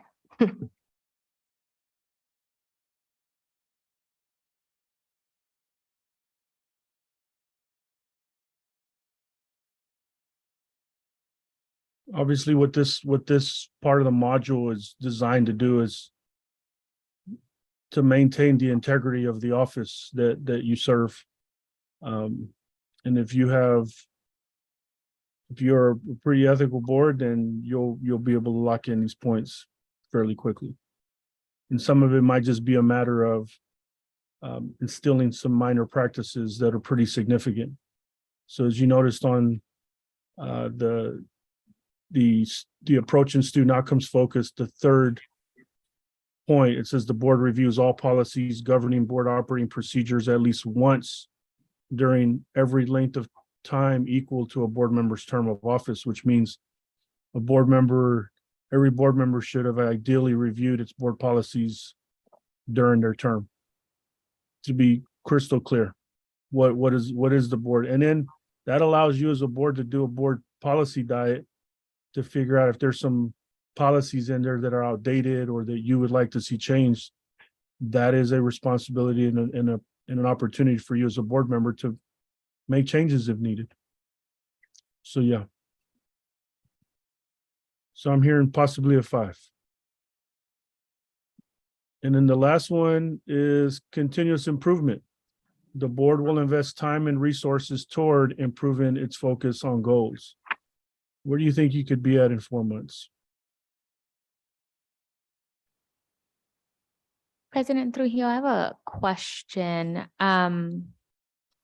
Well, I think my input is valuable. I don't really think it's incredibly relevant. So, given I won't be here for this, so I'm wondering, is Miss De La Rosa going to have the opportunity to weigh in on this? I am scheduled to meet with her before January to kind of just start answering questions. I did invite her to just kind of watch online going forward. Now that the election is over, so we have had that conversation, and I was really proud to say this was on the agenda tonight because it is something she'll be walking into. But I also don't want to discount your input at all because you've seen what we've partnered with the district on the last 4 years. So it's very important, your perspective on this going forward. And I want as much of it as possible before you go. So please, please, please share. I would concur with everything you've said. So thank you.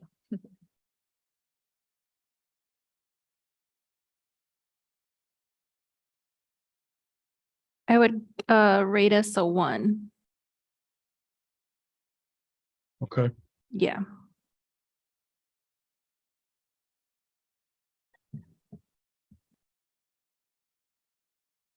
So what we have is I have shared an Excel spreadsheet with the president and vice president of the board.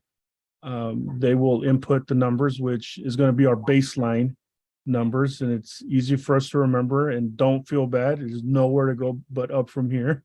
That our baseline numbers will be in that spreadsheet. And then we will note that we're going to give a 1-month extension before the next board self-evaluation. And then we should see a significant increase in numbers. And then what we'll do is discuss how the board will hold the line on those numbers and gonna just work to increase them, because the points equate to more and more changed behaviors that is focusing on student outcomes. And that would be reflective on the quality of your board meetings, which again, pretty good quality.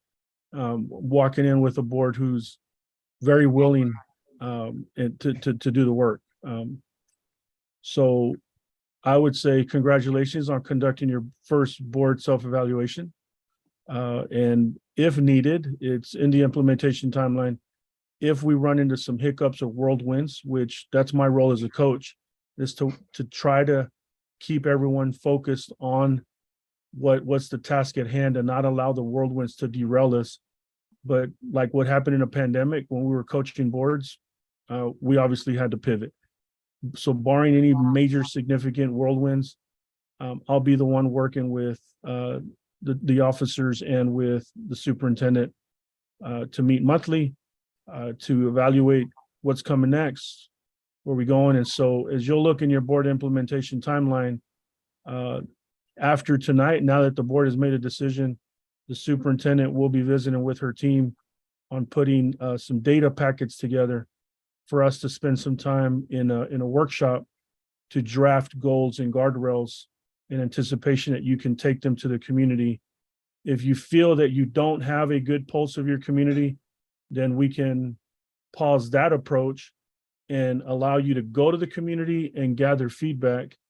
That is usually for boards who are not plugged into their communities. But I will work and pivot with you in a direction that you all choose on that one. So designing the goals and the guardrails, making sure that they're data-driven goals and guardrails, and then preparing to adopt them. I believe that we're scheduled to adopt them in March. And then what we say in the governance world, the game gets very real, because then we focus on your quality of monitoring the progress of your goals and your guardrails. So I've said a lot, and I'll take a pause if there's any questions or thoughts.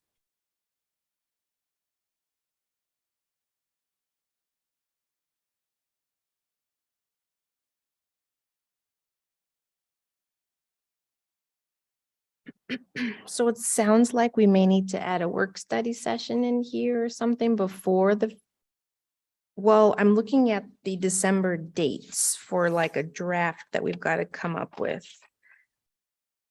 So do we foresee that we can probably take some time on the December 6th meeting? Or do we think we need, that's usually a small agenda for us, so I don't know how that looks on the other end, but does the board have any recommendation or suggestion on what that might look like to you? Can we consider putting it in the December 6th meeting, or should we try to get some work study time in there as well?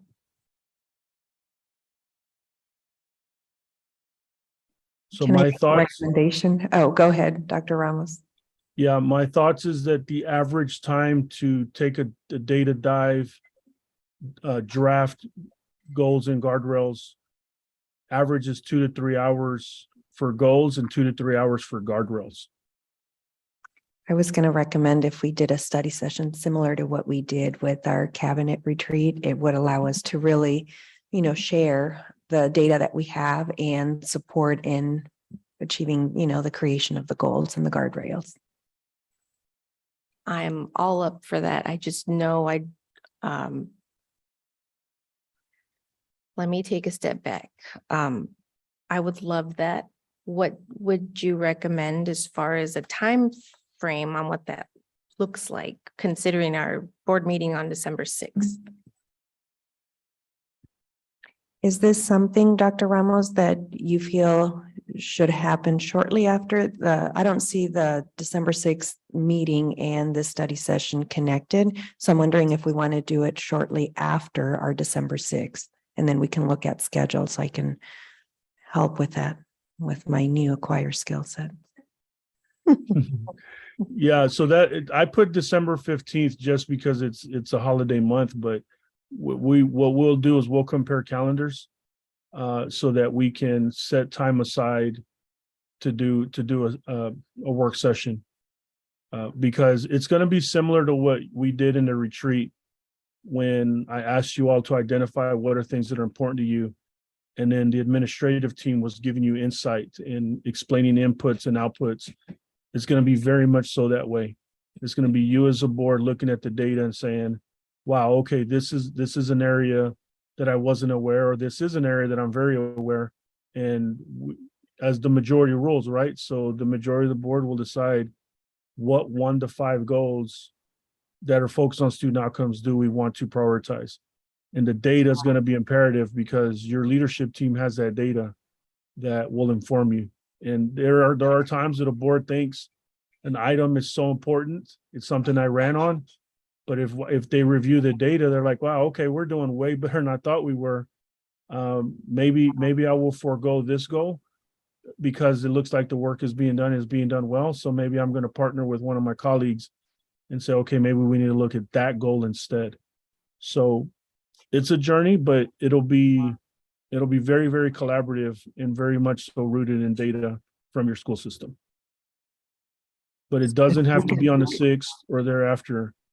Let me know if the 15th works, then I can work on that as part of our next steps.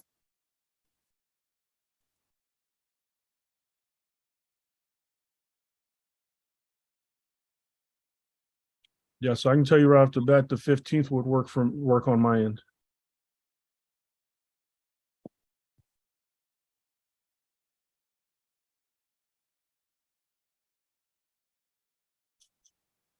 It will be a roll up our sleeves type of a session. I could do the 15th. I'm also available on the 15th and think it might be a good opportunity for Ms. De La Rosa to join us. It's a great idea. We'll get with our attorney and see how it will be an open meeting, but I don't know as far as participatory stuff. So we'll definitely figure that out and definitely invite her to participate however she's legally able to. So great idea. Thank you. I am also available after 10 that morning. But can definitely be flexible. But I have something just from 9 to 10 that day, but the rest is manageable. I am unavailable, but do not hold it up for me.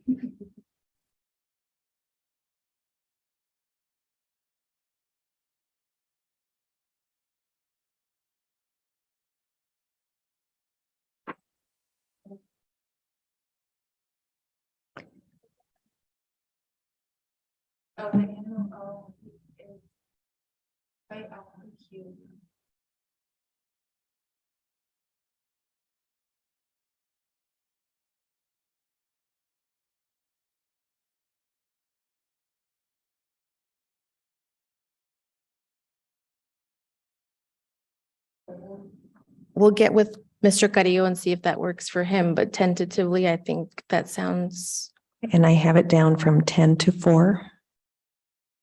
great. Getting better at this. I'll send the invite. Go team.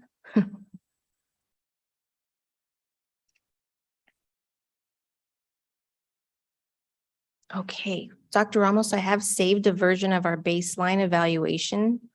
Where would we keep that now going forward? So that way it is like, I might be overthinking this, but is that something that JL or 3 will keep through this process? Or is it something that the district office should have like on our Google Drive so it's available and accessible? Absolutely. Feel free to make the copy of it and the district own it as long as I'm able to view it so that if we have any edits that need to be made, we could do that. But this is yours now and to be communicated. And like I said, in 4 months to demonstrate the increase and why the increase. And imagine when you're engaging your community here in the coming months, as you describe why you've chosen this journey and what you anticipate happening, you'll have documents for them to refer back to. So I would recommend that you all own it and just give me the ability to at least view it so that I can support you. Thank you very much for clarifying.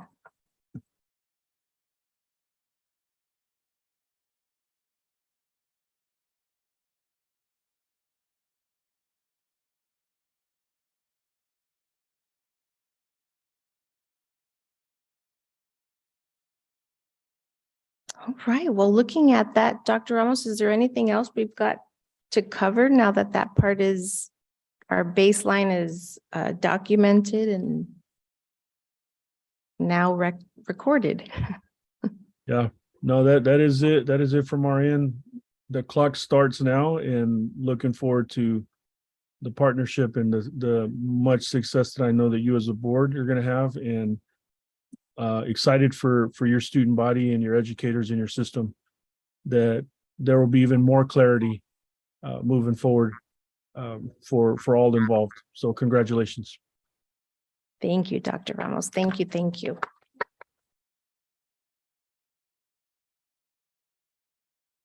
All right. Moving on.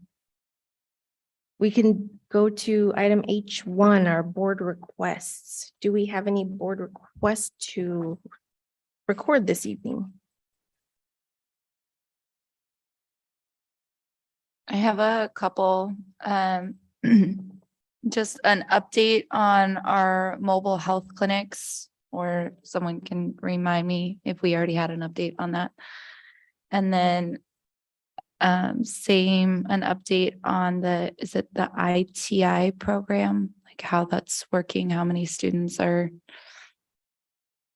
being impacted by that. And then an update on our sub coverage, how we're managing that, and the PTO policy.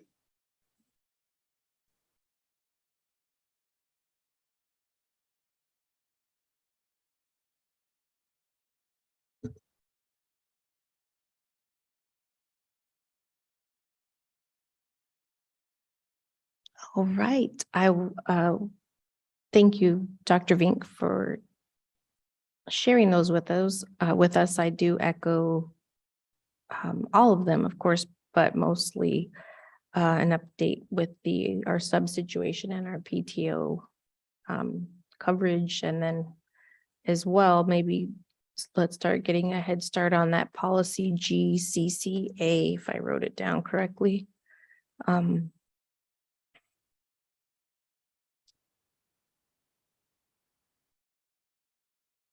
GCCA, yes, that's what, at least that's the notes I took. Hearing no further board reports, do we have any future agenda items to record?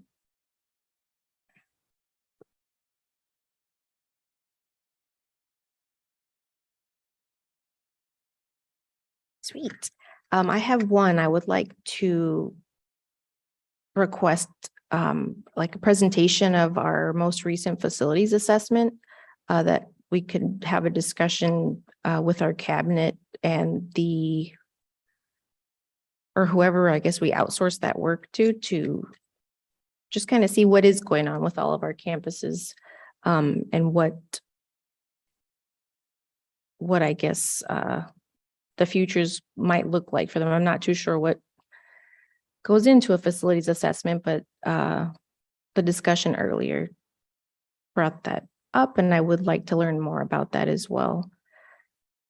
But that's it. That's the only one I've got. So if there are no further future agenda items, I would like to thank Dr. Ramos for spending his evening with us.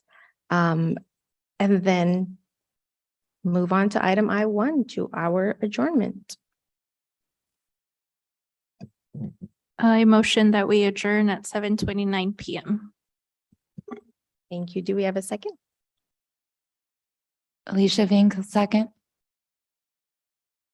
Thank you kindly, Ms. St. Clair. May we please have a roll call vote to adjourn our meeting this evening? I'm sorry, could you repeat that, please?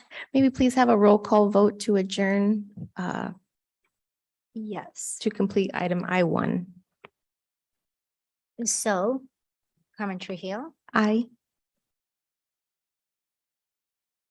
Ms. Bueno, Aye. Dr. Vink, Aye. and Dr. Diaz. Aye. Thank you all very much. With that, we will adjourn at 7:29. And I look forward to hearing from our community or any attendance in our next board meeting, which is December 6th at 5:15 PM. Thank you all for your time this evening. Have a great rest of your night.